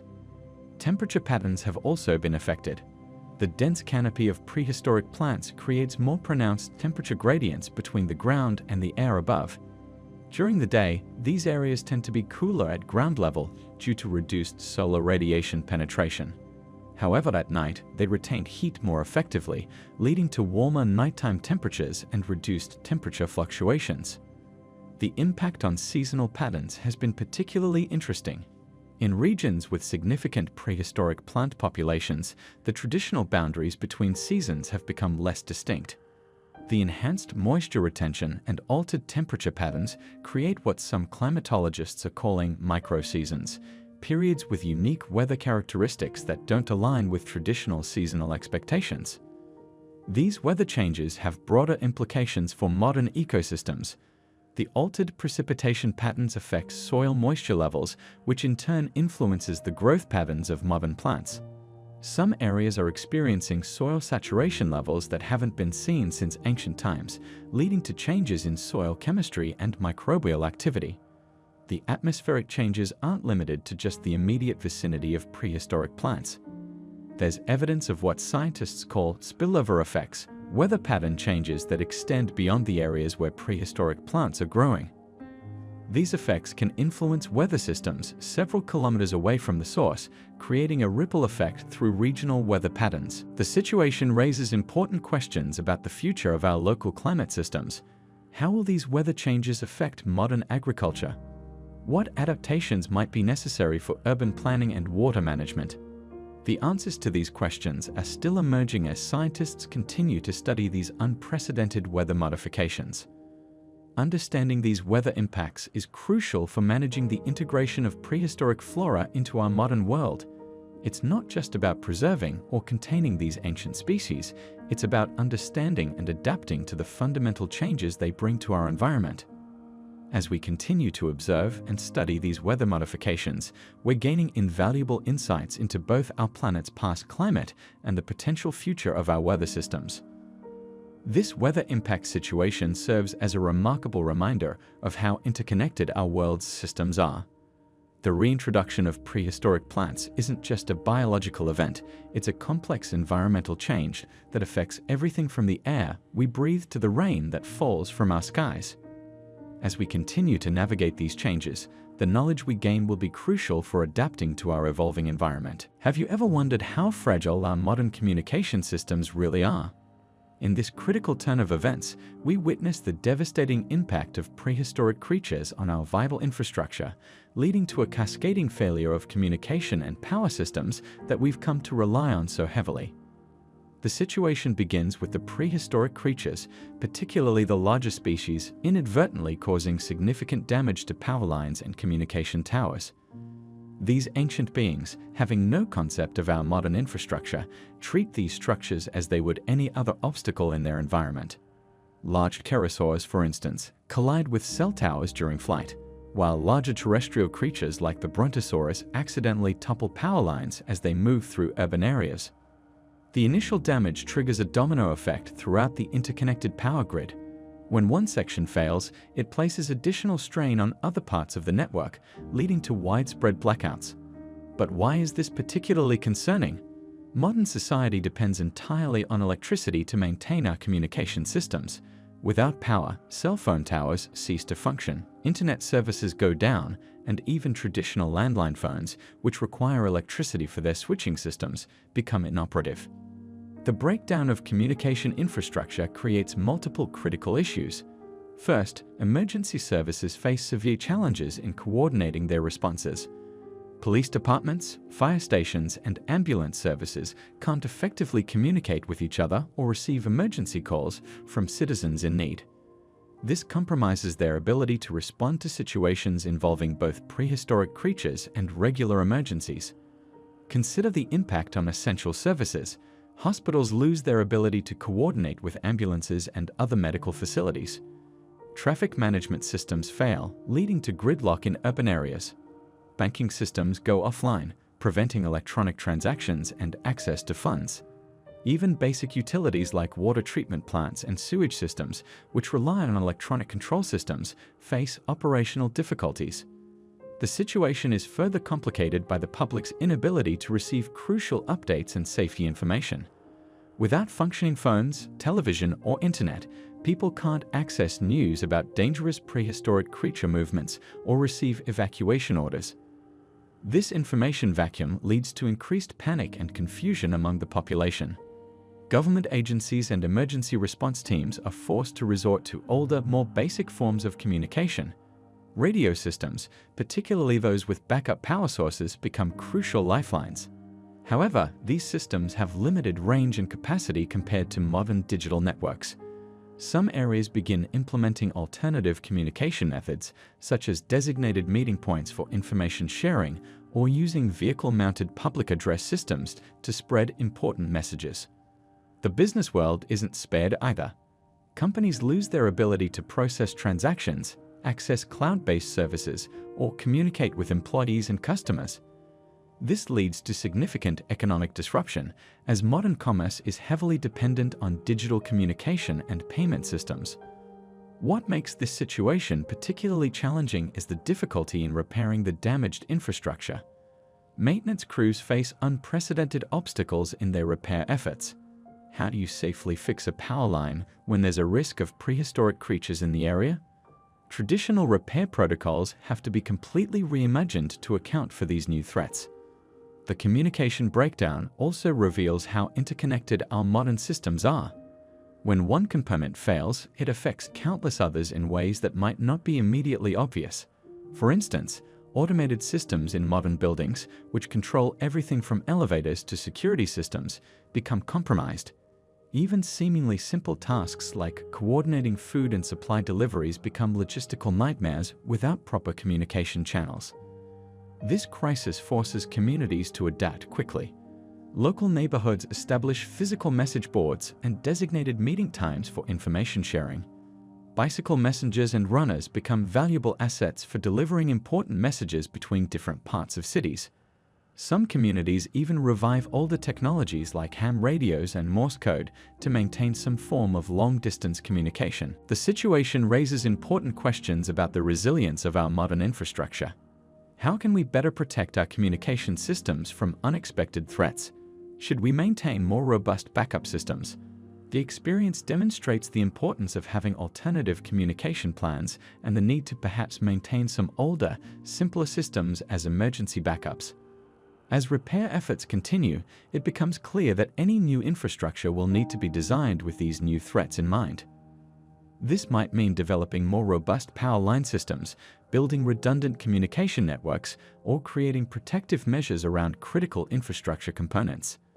The challenge lies in balancing the need for efficient modern systems with the requirement for resilience against unprecedented threats.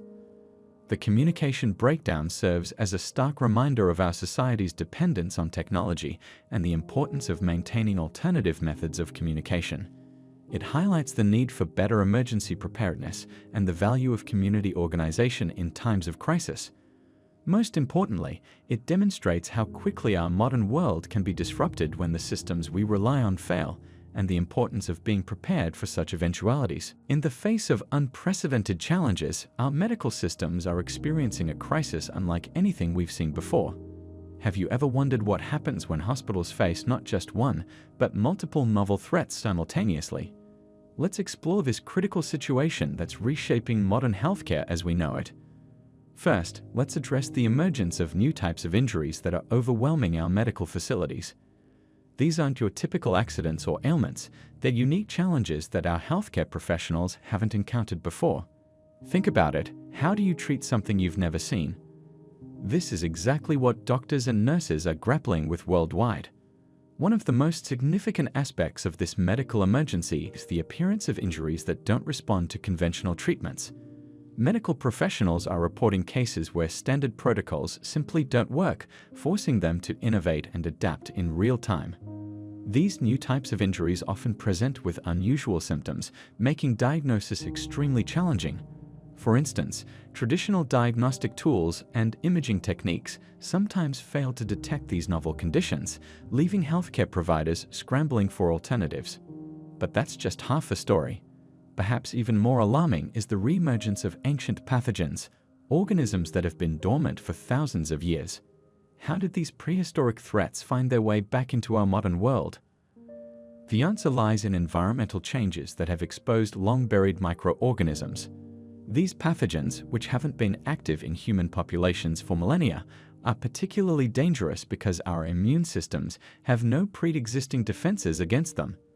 The situation in hospitals has reached a critical point. Emergency rooms are operating beyond capacity, with medical staff working around the clock to handle both these new injuries and ancient pathogen cases. The challenge is threefold: identifying the conditions, developing effective treatments, and managing the sheer volume of patients requiring care. Let's break down the impact of ancient pathogens more specifically. These organisms, preserved in permafrost or deep geological layers, have characteristics that make them particularly challenging to treat. Unlike modern diseases that we've studied and developed treatments for, these ancient threats operate differently. They may be resistant to our current antibiotics, and their mechanisms of infection might be unlike anything in our medical literature. The strain on medical resources is unprecedented. Hospitals are having to reorganize their entire operations, creating specialized units for these new cases while still maintaining essential services for traditional medical emergencies. Medical supplies are being depleted at alarming rates, and the need for specialized equipment has never been greater. Healthcare workers are facing extraordinary challenges in protecting themselves as well. How do you shield yourself from something you don't fully understand? New protocols are being developed on the fly, but the learning curve is steep and sometimes costly. Research facilities worldwide are working overtime to understand these new threats.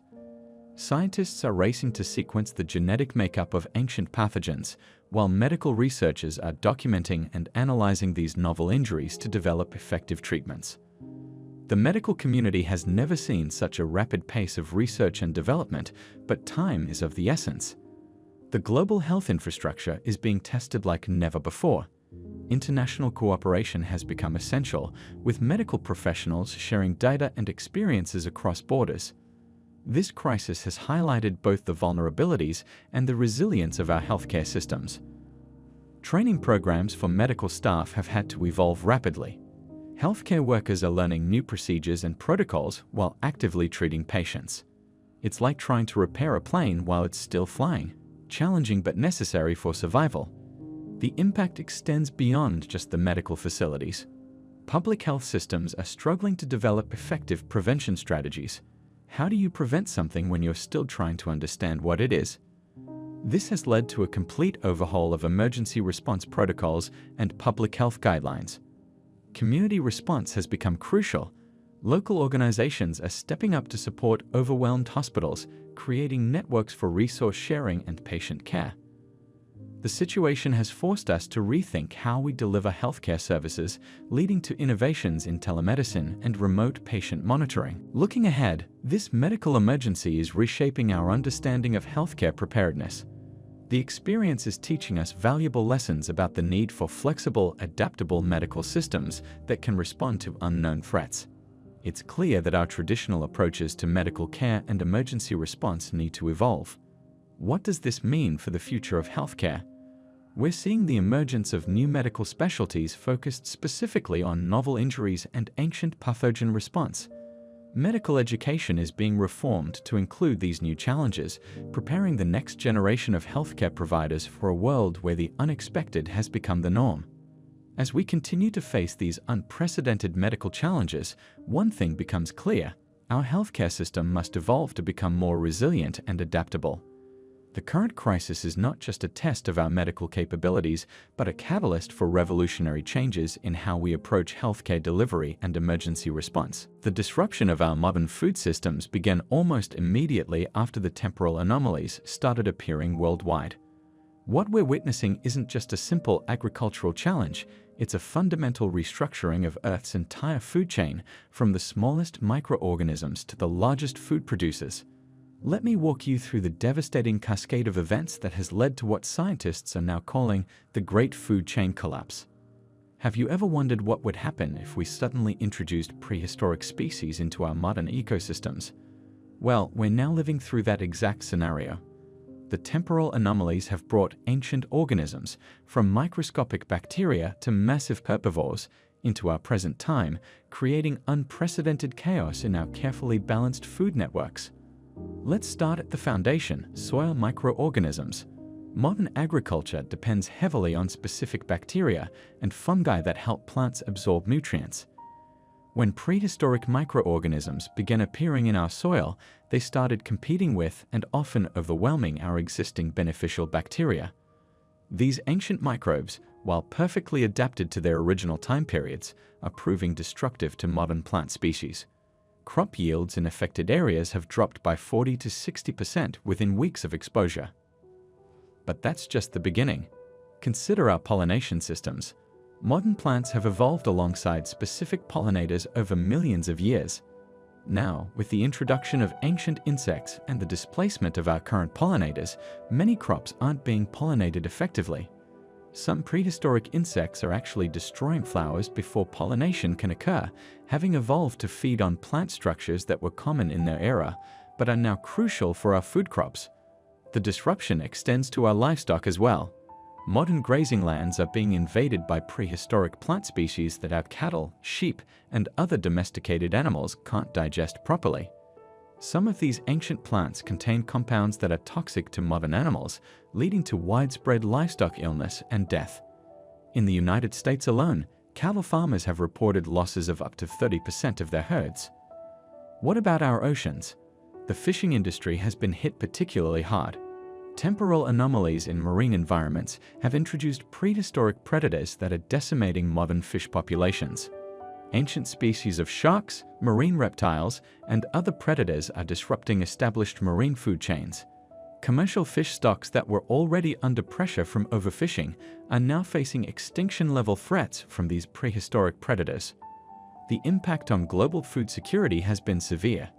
Traditional food preservation methods are proving inadequate against ancient bacteria that our modern preservatives weren't designed to combat. Food storage facilities worldwide are reporting unprecedented spoilage rates. Even more concerning, some prehistoric microorganisms are showing resistance to modern sterilization techniques. Here's a troubling question: how do we adapt our agriculture to these new threats when we don't fully understand the biology of these prehistoric organisms? Scientists are working around the clock to study these ancient species, but research takes time we may not have as food supplies continue to dwindle. The global response has been varied but largely insufficient. Some countries are attempting to create isolated, controlled growing environments, massive greenhouses protected from temporal intrusions.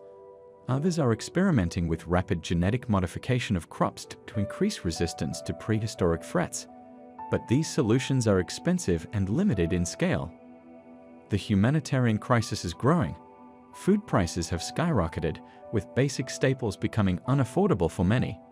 International food aid organizations are overwhelmed, and food riots have broken out in several major cities. The World Food Programme estimates that an additional 500 million people have become food insecure since the beginning of the temporal crisis. We're also seeing unexpected adaptations in modern ecosystems. Some contemporary species are showing remarkable resilience, quickly evolving new defense mechanisms against prehistoric threats. However, these adaptations are happening too slowly to prevent the ongoing collapse of our food production systems. The situation has forced us to rethink our entire approach to agriculture and food production. Traditional farming methods are being abandoned in favor of new techniques that can better withstand temporal disruption. Vertical farming, which was once considered a niche technology, is now being rapidly expanded in urban areas. These controlled environments offer some protection from prehistoric contamination, but their production capacity is still limited. The scientific community is racing to develop solutions. Research priorities include developing new pesticides effective against prehistoric insects, creating protective barriers against temporal contamination, understanding and potentially utilizing beneficial prehistoric organisms, designing new food preservation methods effective against ancient bacteria, mapping the new food chain interactions between modern and prehistoric species. As we face this unprecedented crisis, one thing becomes clear: our global food security systems, which were already fragile, have been pushed to the breaking point. The introduction of prehistoric species has exposed the vulnerabilities in our modern food production methods and forced us to confront some uncomfortable questions about the sustainability of our agricultural practices. The challenge now isn't just about feeding the world's population today, it's about developing entirely new ways of producing food that can withstand the ongoing temporal disruptions. As we continue to grapple with this crisis, the very future of human food security hangs in the balance. The question remains: can we adapt quickly enough to prevent a global famine of unprecedented scale? Have you ever wondered what lies beneath your feet?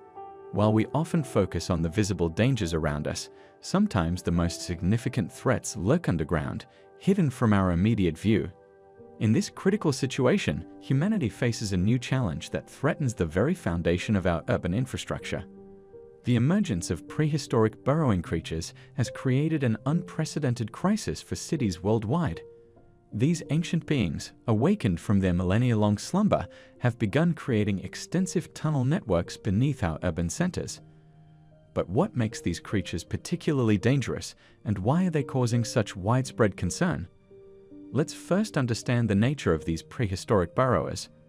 Scientific analysis has revealed them to be previously unknown species that share characteristics with ancient prehistoric creatures like the giant ground sloth, but with specialized adaptations for subterranean life. Their powerful claws, capable of cutting through solid rock, combined with their enhanced sensory systems that allow them to navigate underground, make them perfectly evolved for burrowing through even the most challenging terrain. The immediate threat these creatures pose becomes apparent when we examine their impact on urban infrastructure. Cities worldwide are reporting severe structural damage to building foundations, with some structures experiencing sudden subsidence due to the extensive tunnel networks being created beneath them. In New York City alone, engineers have documented over 300 cases of compromised building foundations in just the past month. The situation is particularly dire in older neighborhoods, where aging infrastructure is more susceptible to damage.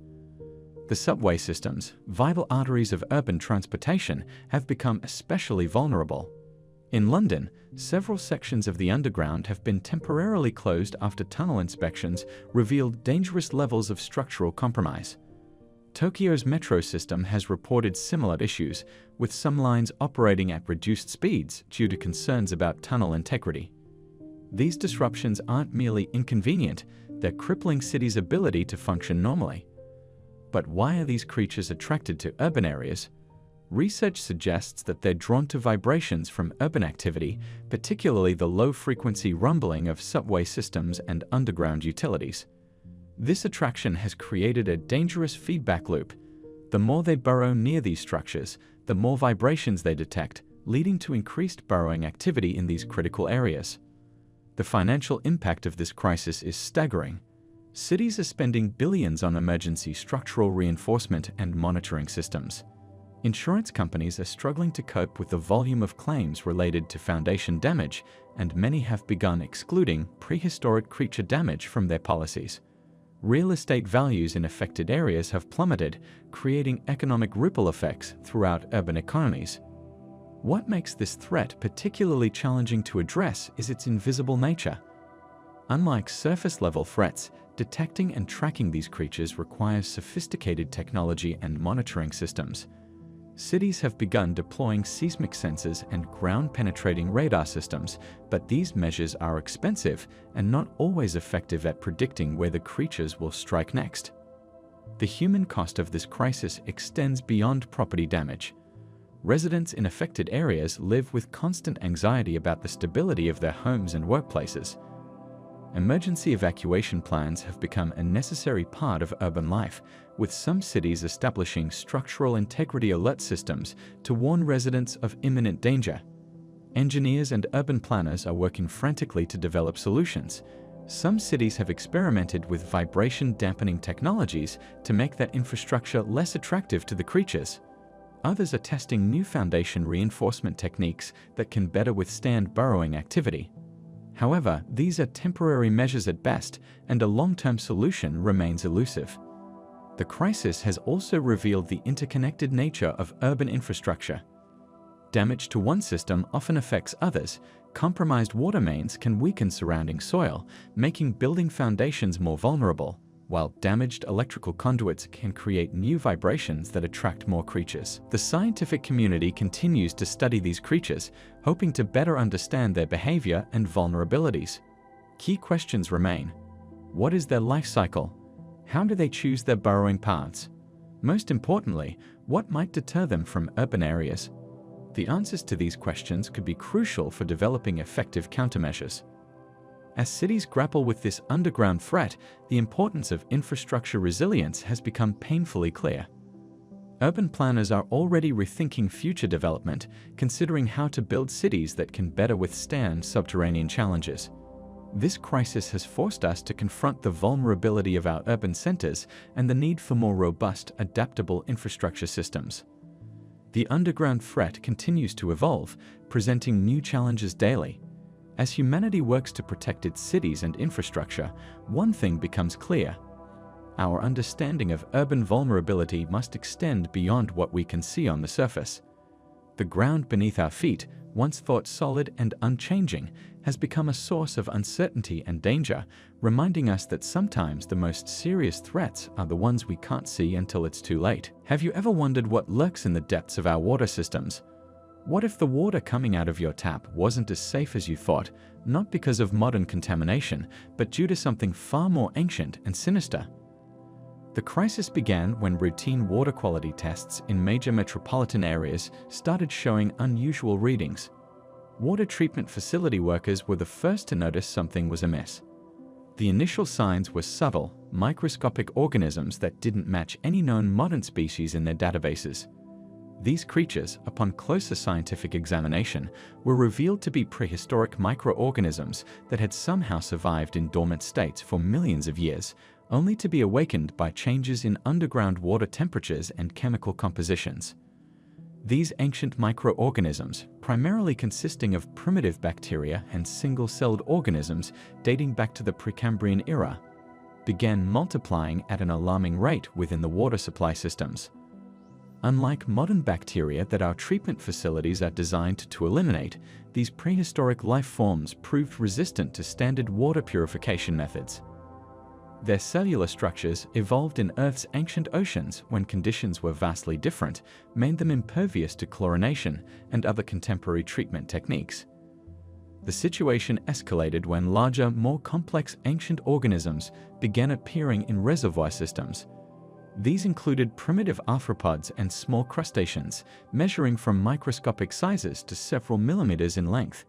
Their presence raised serious concerns about water safety and distribution. These creatures, adapted to survive in the oxygen-poor, mineral-rich waters of Earth's past, found modern water supply systems to be perfect breeding grounds. The contamination spread through interconnected water systems, affecting both surface water reservoirs and underground aquifers. Municipal water supplies in major cities began showing signs of contamination, with reports of discolored water, unusual tastes, and in some cases, visible movement of tiny organisms in standing water. Public health officials faced an unprecedented challenge: how to deal with life forms that hadn't existed on Earth for hundreds of millions of years.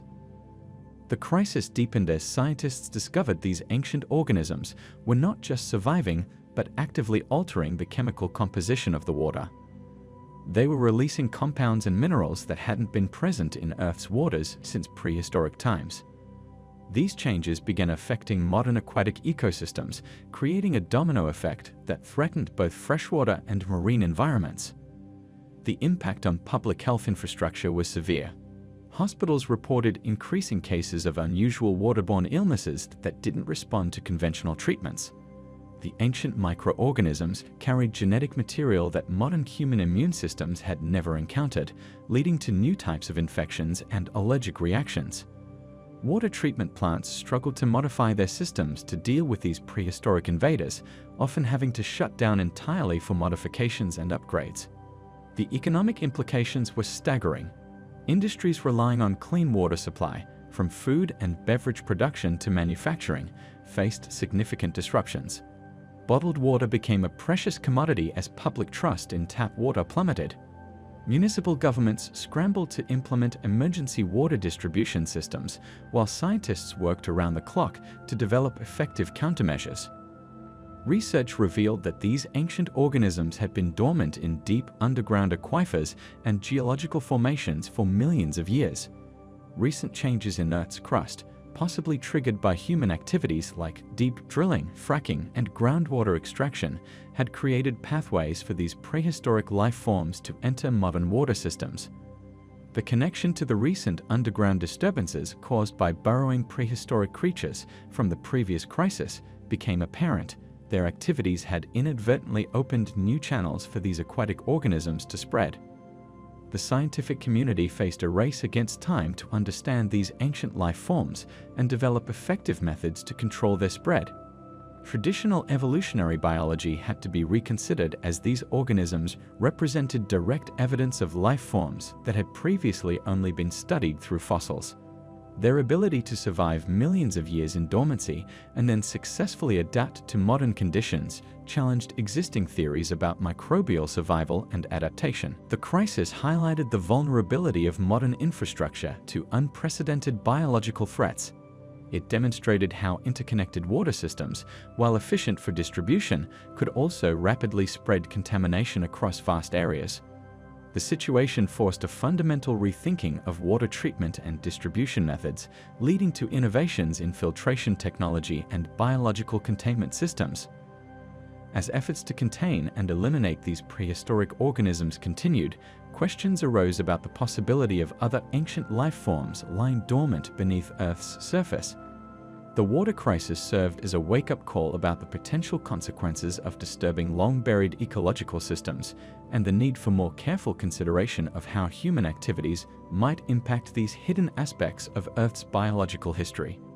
The event marked a turning point in our understanding of both prehistoric life and modern water security. It demonstrated that the past is not as distant as we might think, and that ancient life forms can still pose very real threats to contemporary human civilization. The crisis continues to influence policies on water management, environmental protection, and geological exploration, serving as a reminder that sometimes the greatest threats to our modern world come from Earth's distant past. Have you ever wondered what would happen if our modern airspace suddenly became crowded with creatures from Earth's distant past? This is exactly what's unfolding across the globe, as prehistoric flying reptiles and ancient avian species have begun appearing in our skies, causing unprecedented chaos in modern aviation.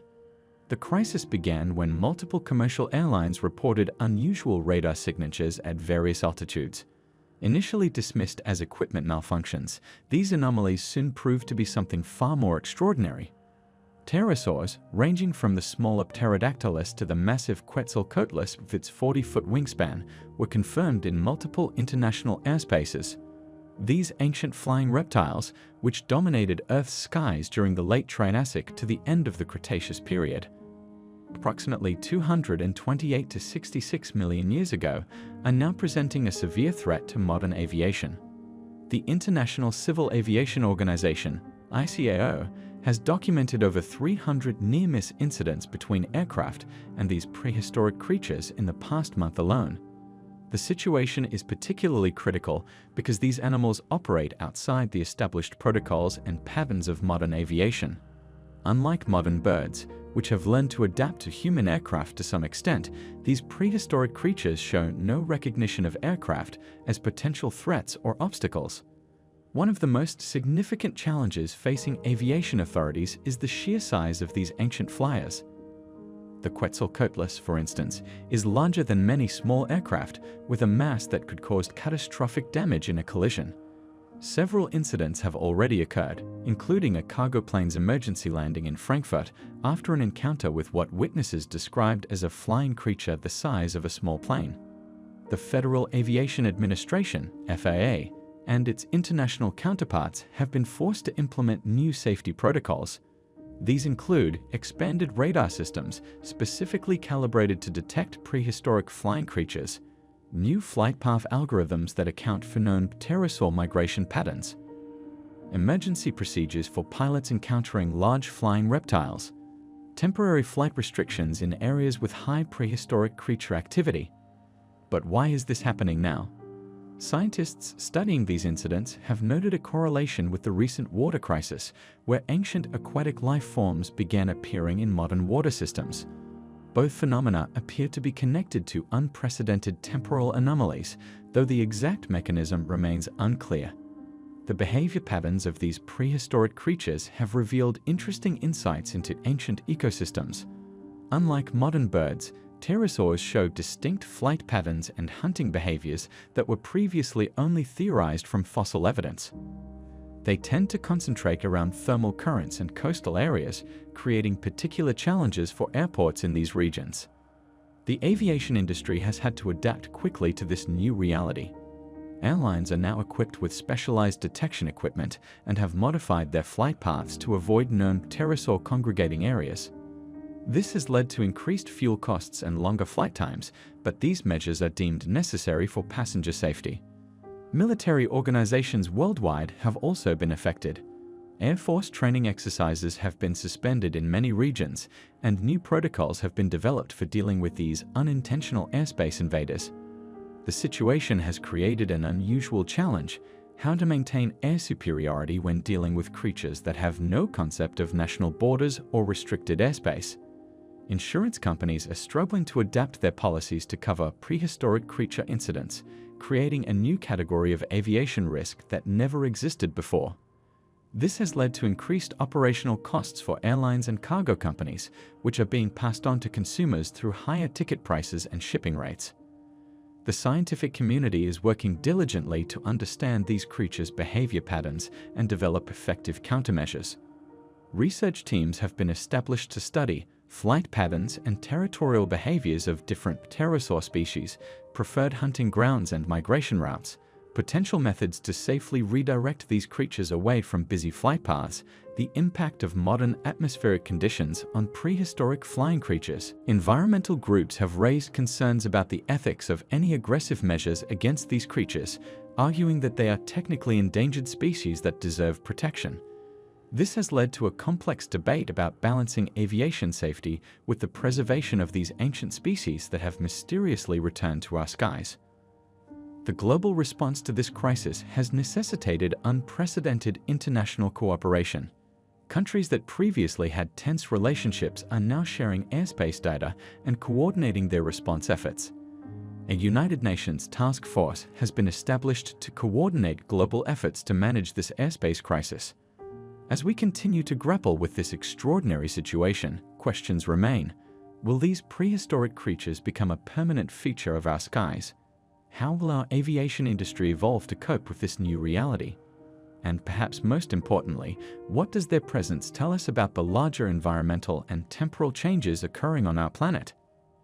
The airspace violation crisis serves as a stark reminder of how vulnerable our modern transportation systems are to unprecedented natural phenomena. As we work to adapt to this new reality, the situation continues to challenge our understanding of both prehistoric life and modern aviation safety protocols. Have you ever wondered how prehistoric creatures defended themselves without the advanced weapons we know today? The fascinating world of chemical warfare in nature dates back millions of years, and its legacy continues to influence life on Earth in ways you might never have imagined. Let's begin by understanding what chemical warfare means in the natural world. Unlike the human-made chemical weapons we think of today, natural chemical warfare involves the production and use of toxic substances by living organisms for defense or attack. These biological chemical weapons have been evolving for hundreds of millions of years, long before humans walked the earth. Recent scientific discoveries have revealed that prehistoric species developed incredibly sophisticated chemical defense mechanisms. For instance, paleontologists have found evidence of chemical warfare in fossilized plants dating back to the Carboniferous period, approximately 300 million years ago. These ancient plants produced complex toxic compounds to deter plant-eating insects and other herbivores. But why is this important to us today? The answer lies in the evolutionary arms race that these early chemical defenses triggered. As plants developed toxins, their predators evolved mechanisms to counter these chemicals, leading to increasingly complex defensive and offensive chemical strategies. This ancient battle has directly shaped the biochemistry of modern organisms. One of the most remarkable examples comes from prehistoric arthropods. Scientists have discovered that many modern insects, spiders, and their relatives inherited their venoms and defensive sprays from ancestors that lived hundreds of millions of years ago. The bombardier beetle, for instance, uses a chemical defense mechanism that can be traced back to the early Cretaceous period. This beetle can spray a hot, toxic mixture of chemicals at predators, a capability that evolved from ancient chemical warfare strategies. But the impact of prehistoric chemical warfare extends far beyond just defense mechanisms.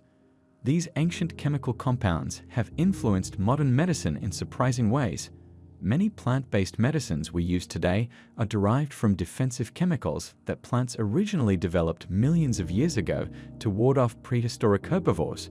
For example, salicylic acid, the precursor to aspirin, was first produced by ancient plants as a defense chemical. The study of prehistoric chemical warfare has also revealed something extraordinary about ecosystem development. Scientists have found that these chemical interactions played a crucial role in shaping early food webs and species relationships. When certain species developed toxic defenses, it forced other species to either adapt or find new food sources, leading to the diverse ecological relationships we see today. What's particularly fascinating is how these prehistoric chemical warfare strategies continue to evolve in modern species. Take, for example, the poison dart frogs of South America. These tiny amphibians don't actually produce their toxins themselves. They acquire them from their diet of toxic insects, who in turn get these chemicals from the plants they eat. This complex chain of chemical warfare has its roots in prehistoric times, when similar relationships first developed. The discovery of chemical warfare in prehistoric species has also helped scientists understand mass extinction events better. Evidence suggests that some prehistoric plants produce such potent chemical defenses that they may have contributed to the decline of certain herbivorous species. This demonstrates how chemical warfare could have been a significant factor in shaping Earth's biodiversity throughout its history. But perhaps the most relevant aspect of this research is its application to modern challenges. Understanding how prehistoric species developed and used chemical defenses is helping scientists develop new approaches to pest control, medicine, and even environmental protection. For instance, studying how ancient plants defended themselves against insects is providing insights into developing natural pesticides that are more environmentally friendly than synthetic chemicals. The impact of prehistoric chemical warfare extends into unexpected areas of modern life. Researchers have found that some of the most effective natural antibiotics we use today are based on chemical compounds that microorganisms developed millions of years ago to compete with each other. This understanding is crucial as we face growing antibiotic resistance and search for new medical solutions. What makes this field of study particularly exciting is that new discoveries are constantly being made. Advanced analytical techniques are allowing scientists to detect chemical traces in fossils that were previously invisible, revealing new information about how prehistoric species interacted with each other through chemical warfare. As we continue to uncover more about prehistoric chemical warfare, we're not just learning about the past, we're gaining valuable insights that could help solve modern challenges. From developing new medicines to creating sustainable pest control methods, the chemical warfare strategies of prehistoric species continue to influence and inspire scientific advancement today. The study of chemical warfare in prehistoric species reminds us that nature's solutions to survival challenges are often more sophisticated and complex than we imagine. It also highlights how the past continues to shape our present and future in unexpected ways.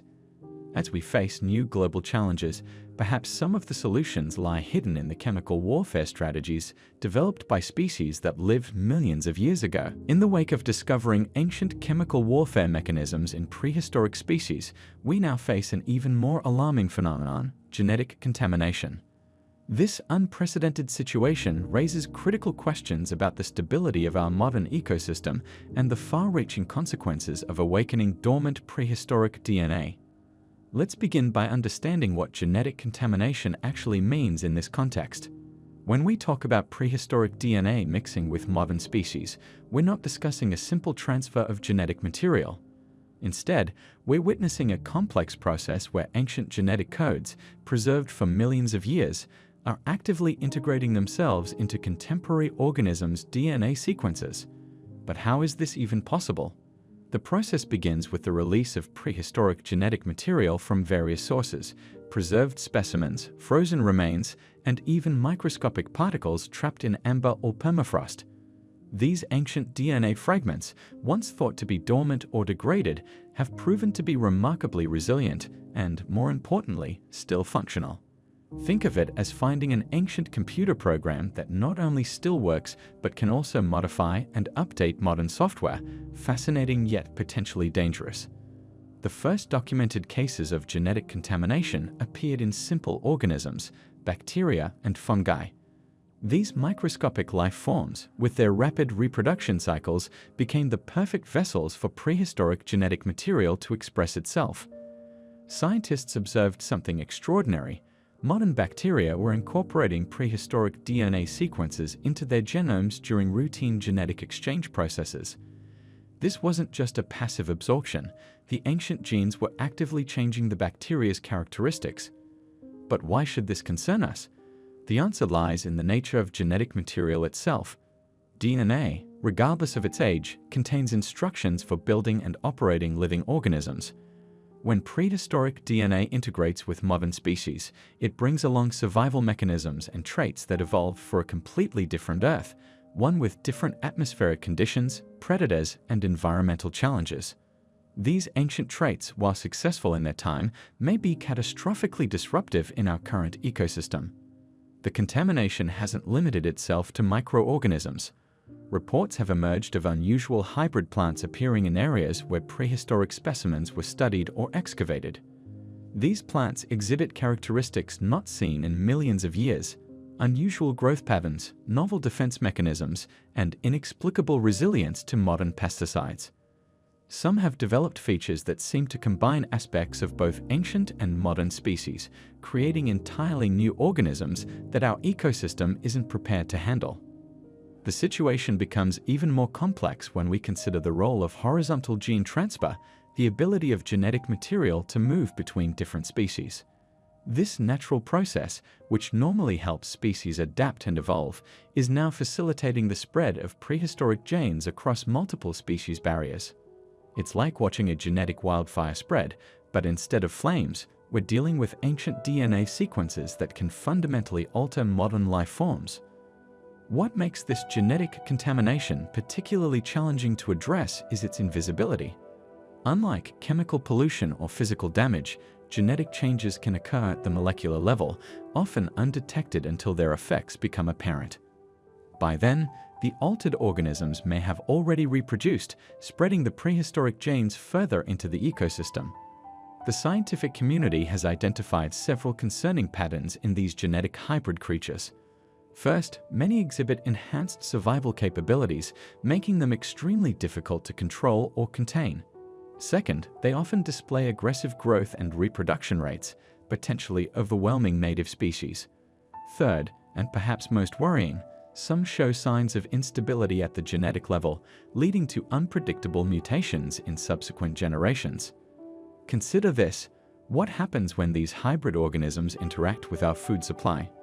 Already, there are reports of crop plants showing unexpected characteristics after exposure to soil containing prehistoric genetic material. Some agricultural regions have reported unusual variations in common crops, with plants developing features that haven't been seen in the fossil record for millions of years. The implications for human health and safety cannot be ignored. While direct effects on human DNA haven't been documented, the potential risks through the food chain and environmental exposure remain largely unknown. Could these prehistoric genes find their way into the human genome through indirect means? What would be the consequences of such a fundamental alteration to our genetic makeup? Scientists are racing against time to understand and contain this genetic contamination. Traditional containment methods prove ineffective against this microscopic threat. How do you contain something that can spread through pollen, spores, or even bacterial exchange? The challenge isn't just in stopping the spread, it's in identifying and neutralizing genetic material that has already integrated itself into modern species. The situation raises profound questions about our understanding of DNA preservation and activation. How did these ancient genes remain viable after millions of years? What mechanisms allow them to so readily integrate with modern genetic material? The answers to these questions might not only help us address the current crisis, but could also revolutionize our understanding of genetics and evolution. As we continue to uncover more prehistoric remains and study ancient life forms, the risk of further genetic contamination grows. The scientific community faces a complex balancing act: how to continue valuable research into Earth's biological history while preventing the release of potentially disruptive genetic material into our modern ecosystem. This genetic contamination crisis serves as a stark reminder of the interconnectedness of life across time. The genes that helped species survive in Earth's distant past are still capable of influencing life today, for better or worse. As we grapple with this unprecedented situation, one question becomes increasingly urgent: can we contain this prehistoric genetic legacy before it permanently alters the course of modern evolution? As we delve into one of the most catastrophic consequences of genetic contamination, we must examine how society began to unravel when faced with unprecedented challenges. The social collapse that followed the emergence of prehistoric modern hybrid species wasn't a sudden event, but rather a cascading series of failures that exposed the fragility of our social structures. Have you ever wondered how quickly our modern civilization could break down when faced with a truly unprecedented crisis? The answer, as we learned, was frighteningly fast. The initial signs of social deterioration began in urban centers, where the first hybrid species emerged. City infrastructures, designed to handle conventional challenges, proved woefully inadequate against creatures that combined modern adaptability with prehistoric strength and survival instincts.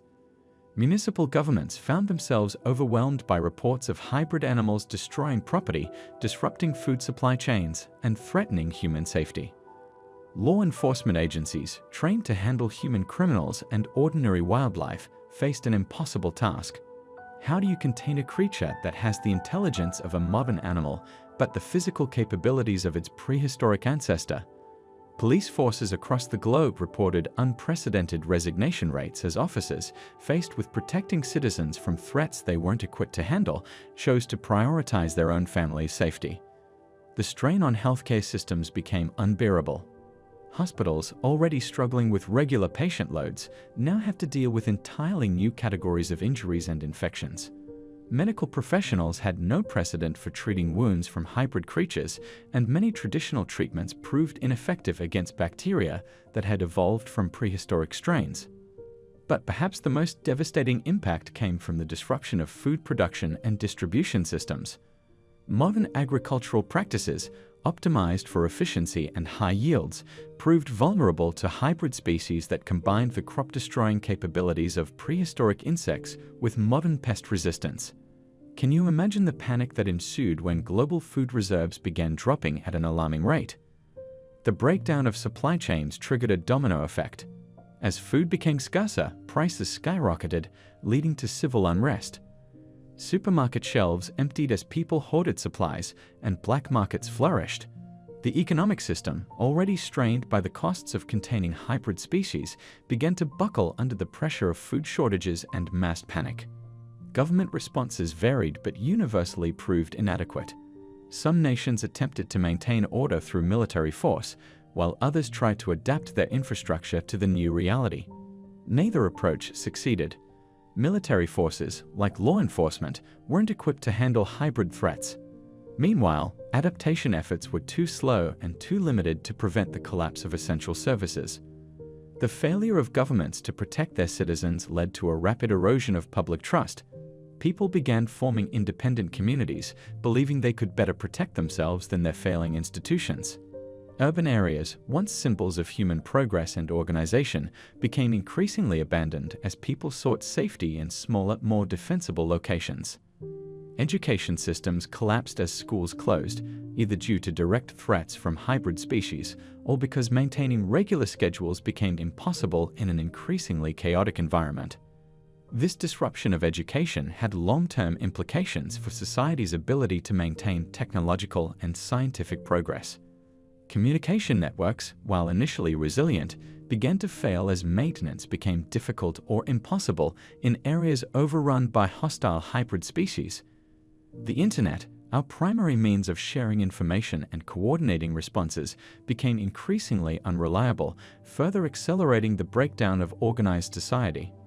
The psychological impact on the population was profound. The constant stress of living with unprecedented threats, combined with the loss of familiar social structures, led to widespread mental health issues. Traditional support systems were overwhelmed or simply ceased to function, leaving people to cope with trauma and anxiety without professional help. What made this social collapse particularly devastating was its global nature. Unlike localized disasters where unaffected regions could provide aid and support, the worldwide spread of genetic contamination meant that no area remained completely safe or stable. International cooperation, essential for addressing global challenges, became increasingly difficult as nations turned inward to deal with their own crises. The breakdown of society revealed how interconnected our modern world had become and how vulnerable that made us. When one system failed, it triggered failures in others, creating a cascade effect that proved impossible to stop. Transportation networks, energy grids, financial systems, and government services, all the infrastructure we took for granted, proved surprisingly fragile when faced with this unprecedented challenge. As we examine this period of social collapse, we must ask ourselves, could it have been prevented? The answer is complex, but it's clear that our society's rigid structures and slow adaptation to change played a significant role in our inability to cope with the crisis. The lesson learned was harsh but clear. A society's strength lies not in its technological advancement or economic power, but in its ability to adapt and maintain cohesion in the face of unprecedented challenges.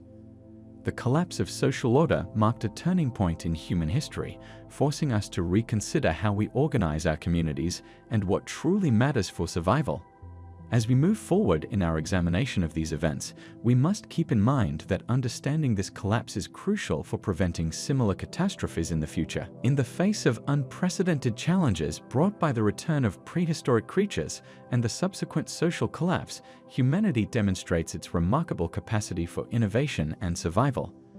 This critical period marks a turning point in how humans adapt to their new reality, developing technologies and strategies specifically designed to cope with prehistoric threats. Following the breakdown of traditional social structures, surviving communities quickly realize that their existing technologies and defensive measures are inadequate against prehistoric predators. This leads to the emergence of what becomes known as the Adaptation Initiative, a grassroots movement of engineers, scientists, and survival experts working together to create new solutions. One of the first major developments is the creation of enhanced barrier systems.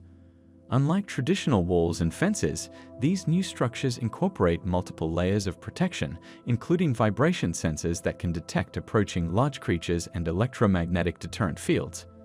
But why are these barriers so different from what we used before?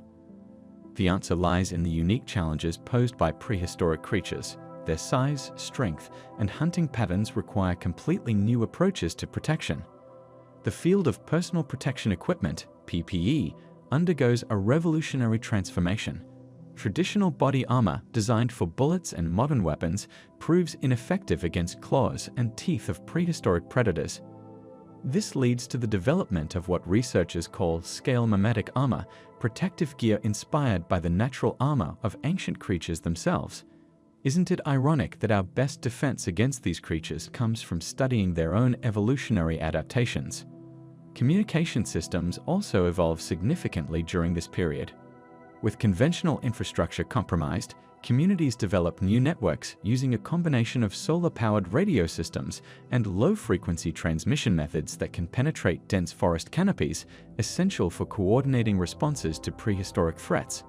These systems incorporate early warning mechanisms that can distinguish between different types of prehistoric creatures based on seismic patterns and infrasound frequencies.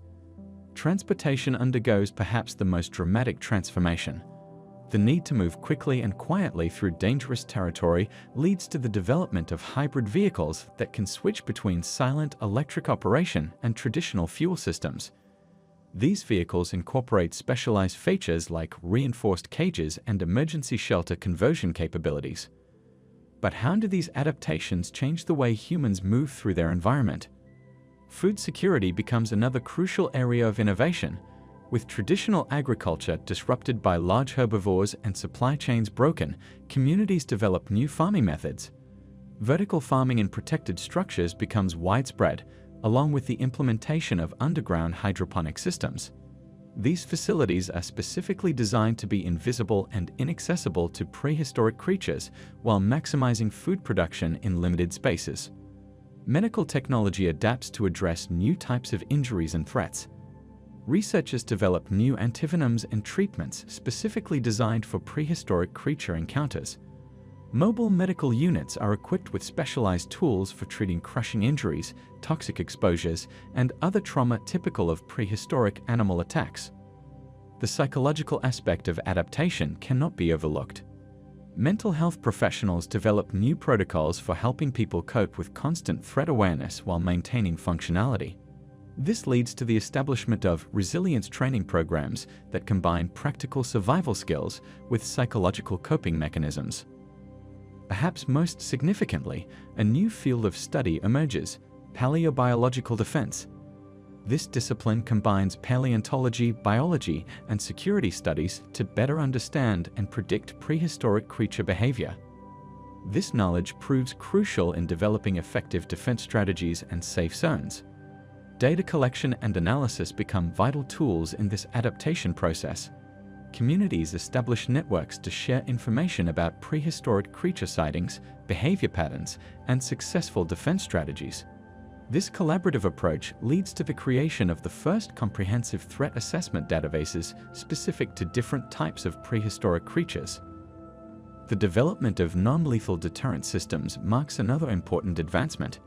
These include acoustic devices that emit frequencies known to disturb specific species, chemical repellents based on natural prehistoric predator scents, and light-based systems that exploit known behavioral responses of different creatures. But what makes these adaptation strategies truly remarkable is their rapid development and implementation. Under normal circumstances, such technological advances might take decades to develop. However, the immediate threat to survival accelerates innovation and adoption rates dramatically. The question remains: are these adaptations enough to ensure long-term human survival? While the strategies developed during this period prove effective in many cases, they also reveal the limitations of human technology when faced with creatures that evolved over millions of years. This period of adaptation demonstrates humanity's incredible resilience and innovative capacity. It shows how a crisis can drive rapid technological advancement and how human intelligence can find ways to cope with even the most extraordinary challenges. The strategies developed during this time not only help immediate survival, but also lay the groundwork for a new way of living in a world shared with prehistoric creatures. The adaptation strategy period represents more than just technological advancement. It marks a fundamental shift in how humans understand their place in the world and their relationship with prehistoric life forms. It's a testament to human ingenuity and the power of collective problem-solving in the face of existential threats. As the world above ground became increasingly dangerous due to prehistoric creatures, human survivors made a crucial decision that would reshape their entire way of life. They went underground. But why did they choose to move beneath the Earth's surface, and how did they manage to create sustainable living spaces in such challenging conditions? The transition to underground living wasn't a choice made lightly. With the surface world now dominated by dangerous prehistoric creatures, from massive carnivorous dinosaurs to giant flying pterosaurs, the remaining human populations needed a solution that would offer long-term protection. The underground provided natural shelter and, most importantly, was largely inaccessible to the larger prehistoric creatures that posed the greatest threats. The first underground settlements began as simple extensions of existing cave systems and abandoned mines. These initial shelters were crude but offered immediate safety from the dangers above. As time progressed, human ingenuity and the desperate need for more space led to the development of more sophisticated underground construction techniques. Engineers and architects, working with the limited resources available, began designing and implementing plans for larger, more sustainable subterranean communities. The construction of these underground cities presented numerous challenges that needed to be overcome. The first and most crucial was ensuring structural stability. Engineers had to carefully assess rock formations and soil composition to prevent cave-ins and collapses. They developed new reinforcement techniques using salvaged materials from abandoned surface structures, combining them with natural stone supports to create stable living spaces. Ventilation became another critical concern. How could they ensure a steady supply of fresh air in these enclosed spaces? The solution came in the form of complex ventilation systems, often utilizing natural air currents and thermal dynamics. They created vertical shafts that functioned as natural air exchangers, with some settlements developing wind-catching systems that helped circulate fresh air throughout the underground network. Water management was equally crucial. Underground aquifers became precious resources, and sophisticated water collection and filtration systems were developed. Some communities discovered underground rivers and springs, which became central to their city planning. Water conservation techniques became an essential part of daily life, with every drop being carefully collected, filtered, and reused. The issue of food production in an environment without natural sunlight required innovative solutions. Hydroponic and aeroponic farming techniques were adapted for underground use.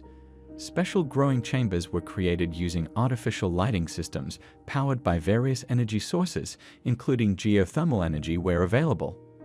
These farming methods allowed communities to grow essential crops year-round, independent of surface conditions. The layout of these underground cities evolved to maximize available space while maintaining livability. Multiple levels were created, with different sections designated for specific purposes. Living quarters were typically placed in upper levels with better ventilation, while storage and farming areas occupied lower levels. Community spaces were created to help maintain social connections and preserve cultural activities, proving that even underground, human society could thrive. Energy generation and conservation became paramount concerns. Without access to traditional power sources, underground cities had to develop alternative energy solutions. Some communities tapped into geothermal energy sources, while others developed systems to harness underground water flows for hydroelectric power. Energy efficiency became a way of life, with every system designed to minimize power consumption. Transportation within these subterranean settlements evolved from simple tunnels to complex networks of passages. Some larger underground cities developed rail systems for moving people and goods efficiently between different sections. Vertical transportation systems, similar to elevators, were created to move between levels, often using counterweight systems to conserve energy. Communication between different underground settlements became essential for survival and resource sharing. Underground communication networks were established, often using existing natural cave systems or purpose-built tunnels. These networks allowed different communities to trade resources, share information about surface conditions, and maintain human connection in an increasingly isolated world. The psychological impact of underground living was significant. How could people adapt to life without natural sunlight and open spaces? Communities worked to create environments that mimicked natural conditions as much as possible. Light therapy rooms were established, and common areas were designed to feel more open and natural. Regular community activities and social gatherings helped maintain mental health and community bonds. These underground cities represented more than just shelter. They became symbols of human resilience and adaptability. They demonstrated humanity's ability to survive and even thrive in the most challenging circumstances. While life underground was different from surface living in countless ways, these communities preserved human knowledge, culture, and hope for the future. The development of underground cities marked a significant turning point in human survival strategy. It showed that when faced with overwhelming challenges on the surface, humanity could adapt and create new ways of living. These subterranean settlements became not just places of refuge, but centers of innovation and human perseverance, proving that even in the darkest times, human ingenuity could light the way forward. What started as a desperate measure for survival evolved into a new chapter in human civilization. The underground cities became testament to humanity's unwavering spirit and ability to adapt to even the most extreme circumstances. But what would this mean for the future of human society? How would this underground existence shape the next generation of survivors? Have you ever wondered how living things change and adapt over time? How do some species survive while others disappear? The answer lies in one of nature's most powerful mechanisms, natural selection. Let's explore this fascinating process that shapes life on Earth. Natural selection is the cornerstone of evolution, first described by Charles Darwin in his groundbreaking work on the origin of species in 1859. But what exactly is natural selection? Think of it as nature's way of choosing which organisms are best suited to survive in their environment. It's not a conscious choice, but rather an automatic process that happens over many generations. Here's how natural selection works. In any population of living things, individuals have different traits. These differences come from variations in their genes. Some traits might help an organism survive better than others. For example, imagine a group of moths. Some might be light-colored, while others are dark. If these moths live in an area with dark tree bark, which ones do you think would be harder for predators to spot? The darker moths, right? This is where survival of the fittest comes into play. The moths that are harder to see are more likely to survive and reproduce, passing their genes for dark coloring to their offspring. Over time, more and more moths in the population will be dark-colored. This is natural selection in action. But natural selection isn't just about color. It affects every aspect of an organism's survival: how fast they can run, how well they can find food, how effectively they can fight off diseases, how successfully they can attract mates, how well they can adapt to temperature changes. In modern times, we're witnessing natural selection happening at an unprecedented rate. Why? Because environments are changing faster than ever before. Climate change, habitat destruction, and other human activities are creating new challenges for species worldwide. This is forcing organisms to adapt quickly or face extinction. Let's look at some real examples of rapid evolution through natural selection, urban wildlife adaptation. Cities create unique environments, and animals are evolving to thrive in them. City birds have developed shorter wings for better maneuverability between buildings. Urban mice have different diets and digestive systems compared to their rural cousins.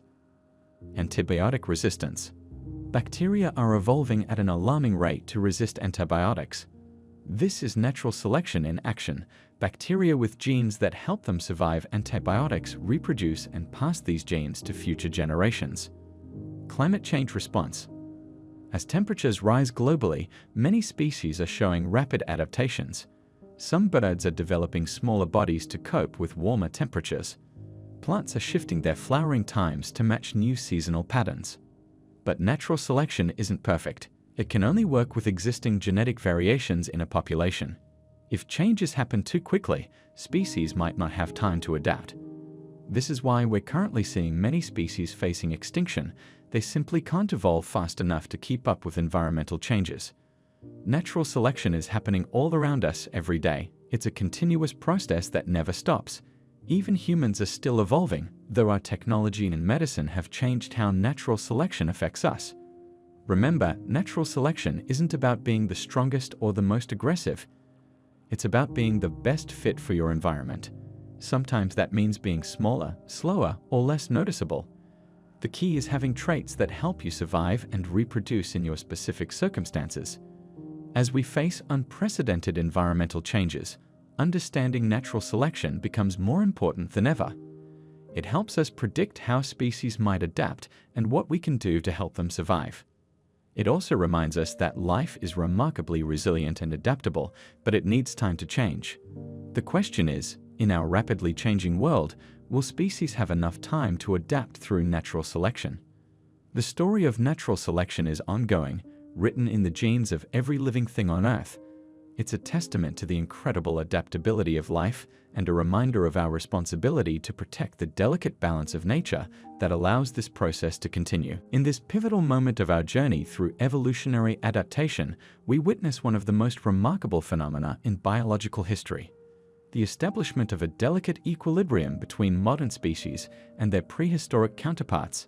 But what exactly does this balance point mean, and how did it come to be? Let's begin by understanding what happens when two distinct ecological systems collide. After the initial shock of modern species being thrust into prehistoric conditions, something fascinating occurred.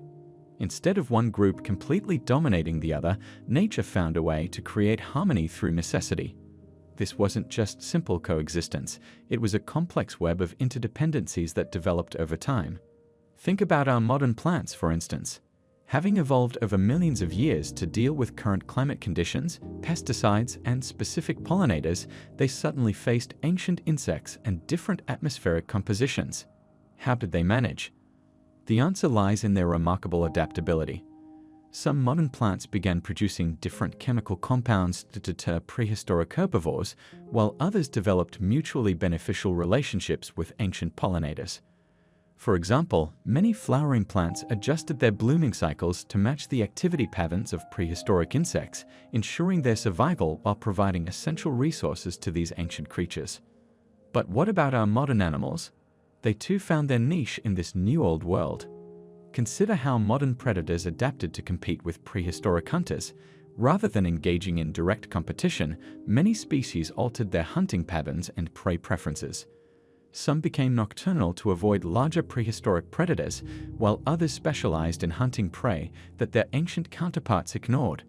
This strategic adaptation prevented direct competition and allowed both modern and prehistoric predators to thrive in their respective niches. One of the most intriguing aspects of this balance point was the development of new food webs. Modern herbivores learned to digest prehistoric vegetation, while prehistoric herbivores discovered new food sources among modern plants. This created a complex network of energy transfer that benefited both groups. But how stable was this new system? The answer lies in the concept of ecological redundancy. When multiple species perform similar roles in an ecosystem, it creates a buffer against extinction and promotes stability. In this case, having both modern and prehistoric species filling similar niches actually strengthened the overall ecosystem. If one species struggled, another could step in to maintain the balance. What about the smaller players in this grand drama? Microorganisms, often overlooked but crucial to any ecosystem, played a vital role in establishing this balance.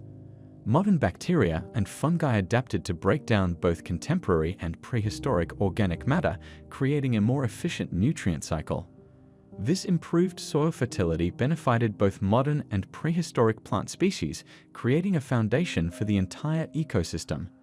Climate adaptation became another crucial factor in this balance.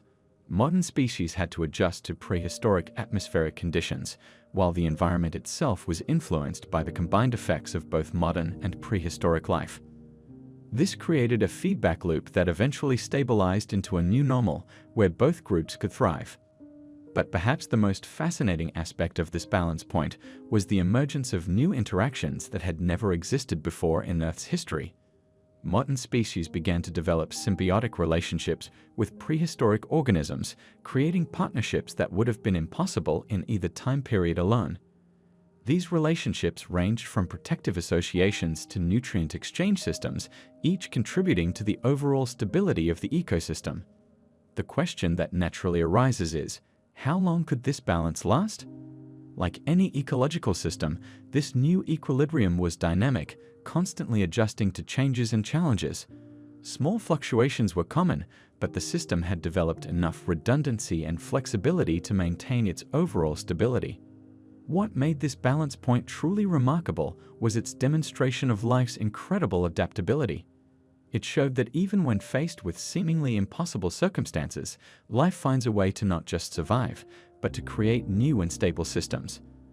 This wasn't just about tolerance or mere survival, it was about the emergence of a new type of ecosystem that combined the best aspects of both modern and prehistoric life. The implications of this balance point extend beyond mere survival.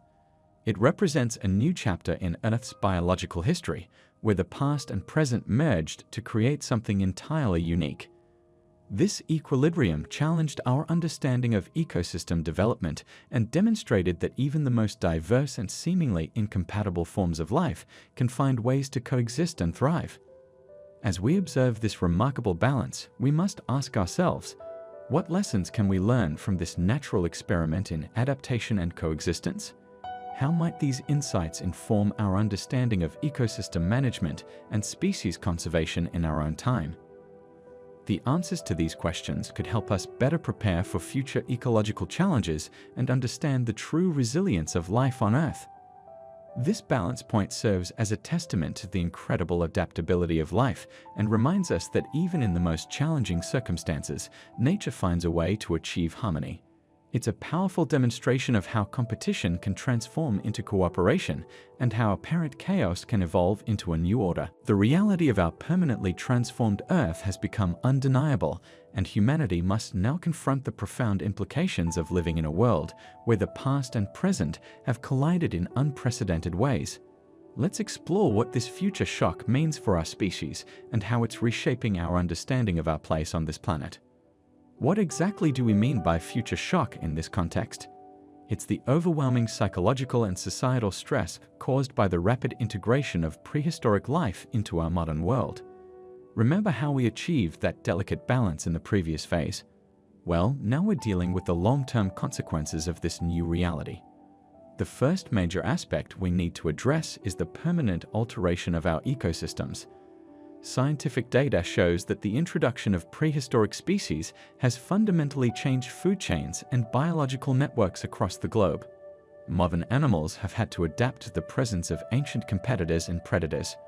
For instance, African savannas now feature not only lions and elephants, but also their prehistoric counterparts, creating complex multi-layered ecosystems that haven't existed for millions of years. But what does this mean for our agricultural systems? Farmers worldwide have had to revolutionize their approaches to crop protection and livestock management. Traditional fencing and security measures proved inadequate against certain prehistoric species, leading to the development of new technologies specifically designed for this new reality. Agricultural experts have documented the emergence of specialized temporal agriculture, farming methods that take into account both modern and prehistoric threats to crops. The impact on urban development has been equally dramatic. Cities have undergone radical transformations to accommodate the new reality. Urban planners have had to redesign infrastructure with consideration for much larger and more diverse wildlife. Think about it, how do you build a city that's safe from both modern traffic and prehistoric megafauna? The answer has led to innovative architectural solutions, including elevated walkways, reinforced buildings, and new types of wildlife corridors. Transportation systems have required complete overhauls. The presence of large prehistoric creatures has necessitated new safety protocols for roads, railways, and air travel. Aviation authorities have established new flight patterns and altitude requirements to avoid conflicts with flying prehistoric species. Ground transportation now includes specialized warning systems and reinforced vehicles designed to withstand encounters with larger creatures. The psychological impact on human society has been profound. Mental health professionals have documented a new type of anxiety disorder specifically related to living in this altered world. How do people cope with the knowledge that their world will never return to what it once was? This has led to the emergence of new fields in psychology and psychiatry focused on helping people adapt to this permanent change. Education systems have undergone complete restructuring. Biology textbooks have been rewritten to include not just fossil records, but living specimens of prehistoric species. Children now grow up learning about both modern and prehistoric ecosystems as part of their everyday reality. How do you teach young people about a world that combines elements from different time periods? Educational experts have developed new curricula that integrate these complex concepts into standard education. The economic landscape has also been transformed. New industries have emerged focused on prehistoric species management, while traditional sectors have had to adapt or risk becoming obsolete. Insurance companies have created new categories of coverage for temporal incidents. The tourism industry has evolved to include safe viewing of prehistoric species, creating an entirely new sector of the economy. Scientific research has entered uncharted territory. Biologists have unprecedented opportunities to study prehistoric life in real time, leading to groundbreaking discoveries about evolution and adaptation. How did modern species interact with their prehistoric counterparts? What can we learn about evolution by observing these interactions? These questions have spawned new fields of scientific inquiry. The legal system has had to evolve as well. New laws and regulations have been established to address issues that were unimaginable before, such as property rights related to prehistoric species and liability for prehistoric-related incidents. International agreements have been created to manage and protect both modern and prehistoric species across borders. Perhaps most significantly, this permanent alteration has changed humanity's perspective on our place in Earth's timeline. We're no longer just living in the present, we're experiencing a unique moment where multiple eras coexist. This has led to philosophical and cultural shifts in how we view our role as stewards of the planet. As we continue to adapt to this new reality, questions persist. How will this transformed Earth continue to evolve? What new challenges and opportunities will emerge as we move forward? What lessons can we learn from this unprecedented mixing of time periods? These questions drive ongoing research, policy development, and social adaptation strategies. The future shock we're experiencing isn't just about adapting to change, it's about accepting that our world has been fundamentally and irreversibly transformed. This acceptance is perhaps the most crucial step in moving forward and building a sustainable future in our new reality.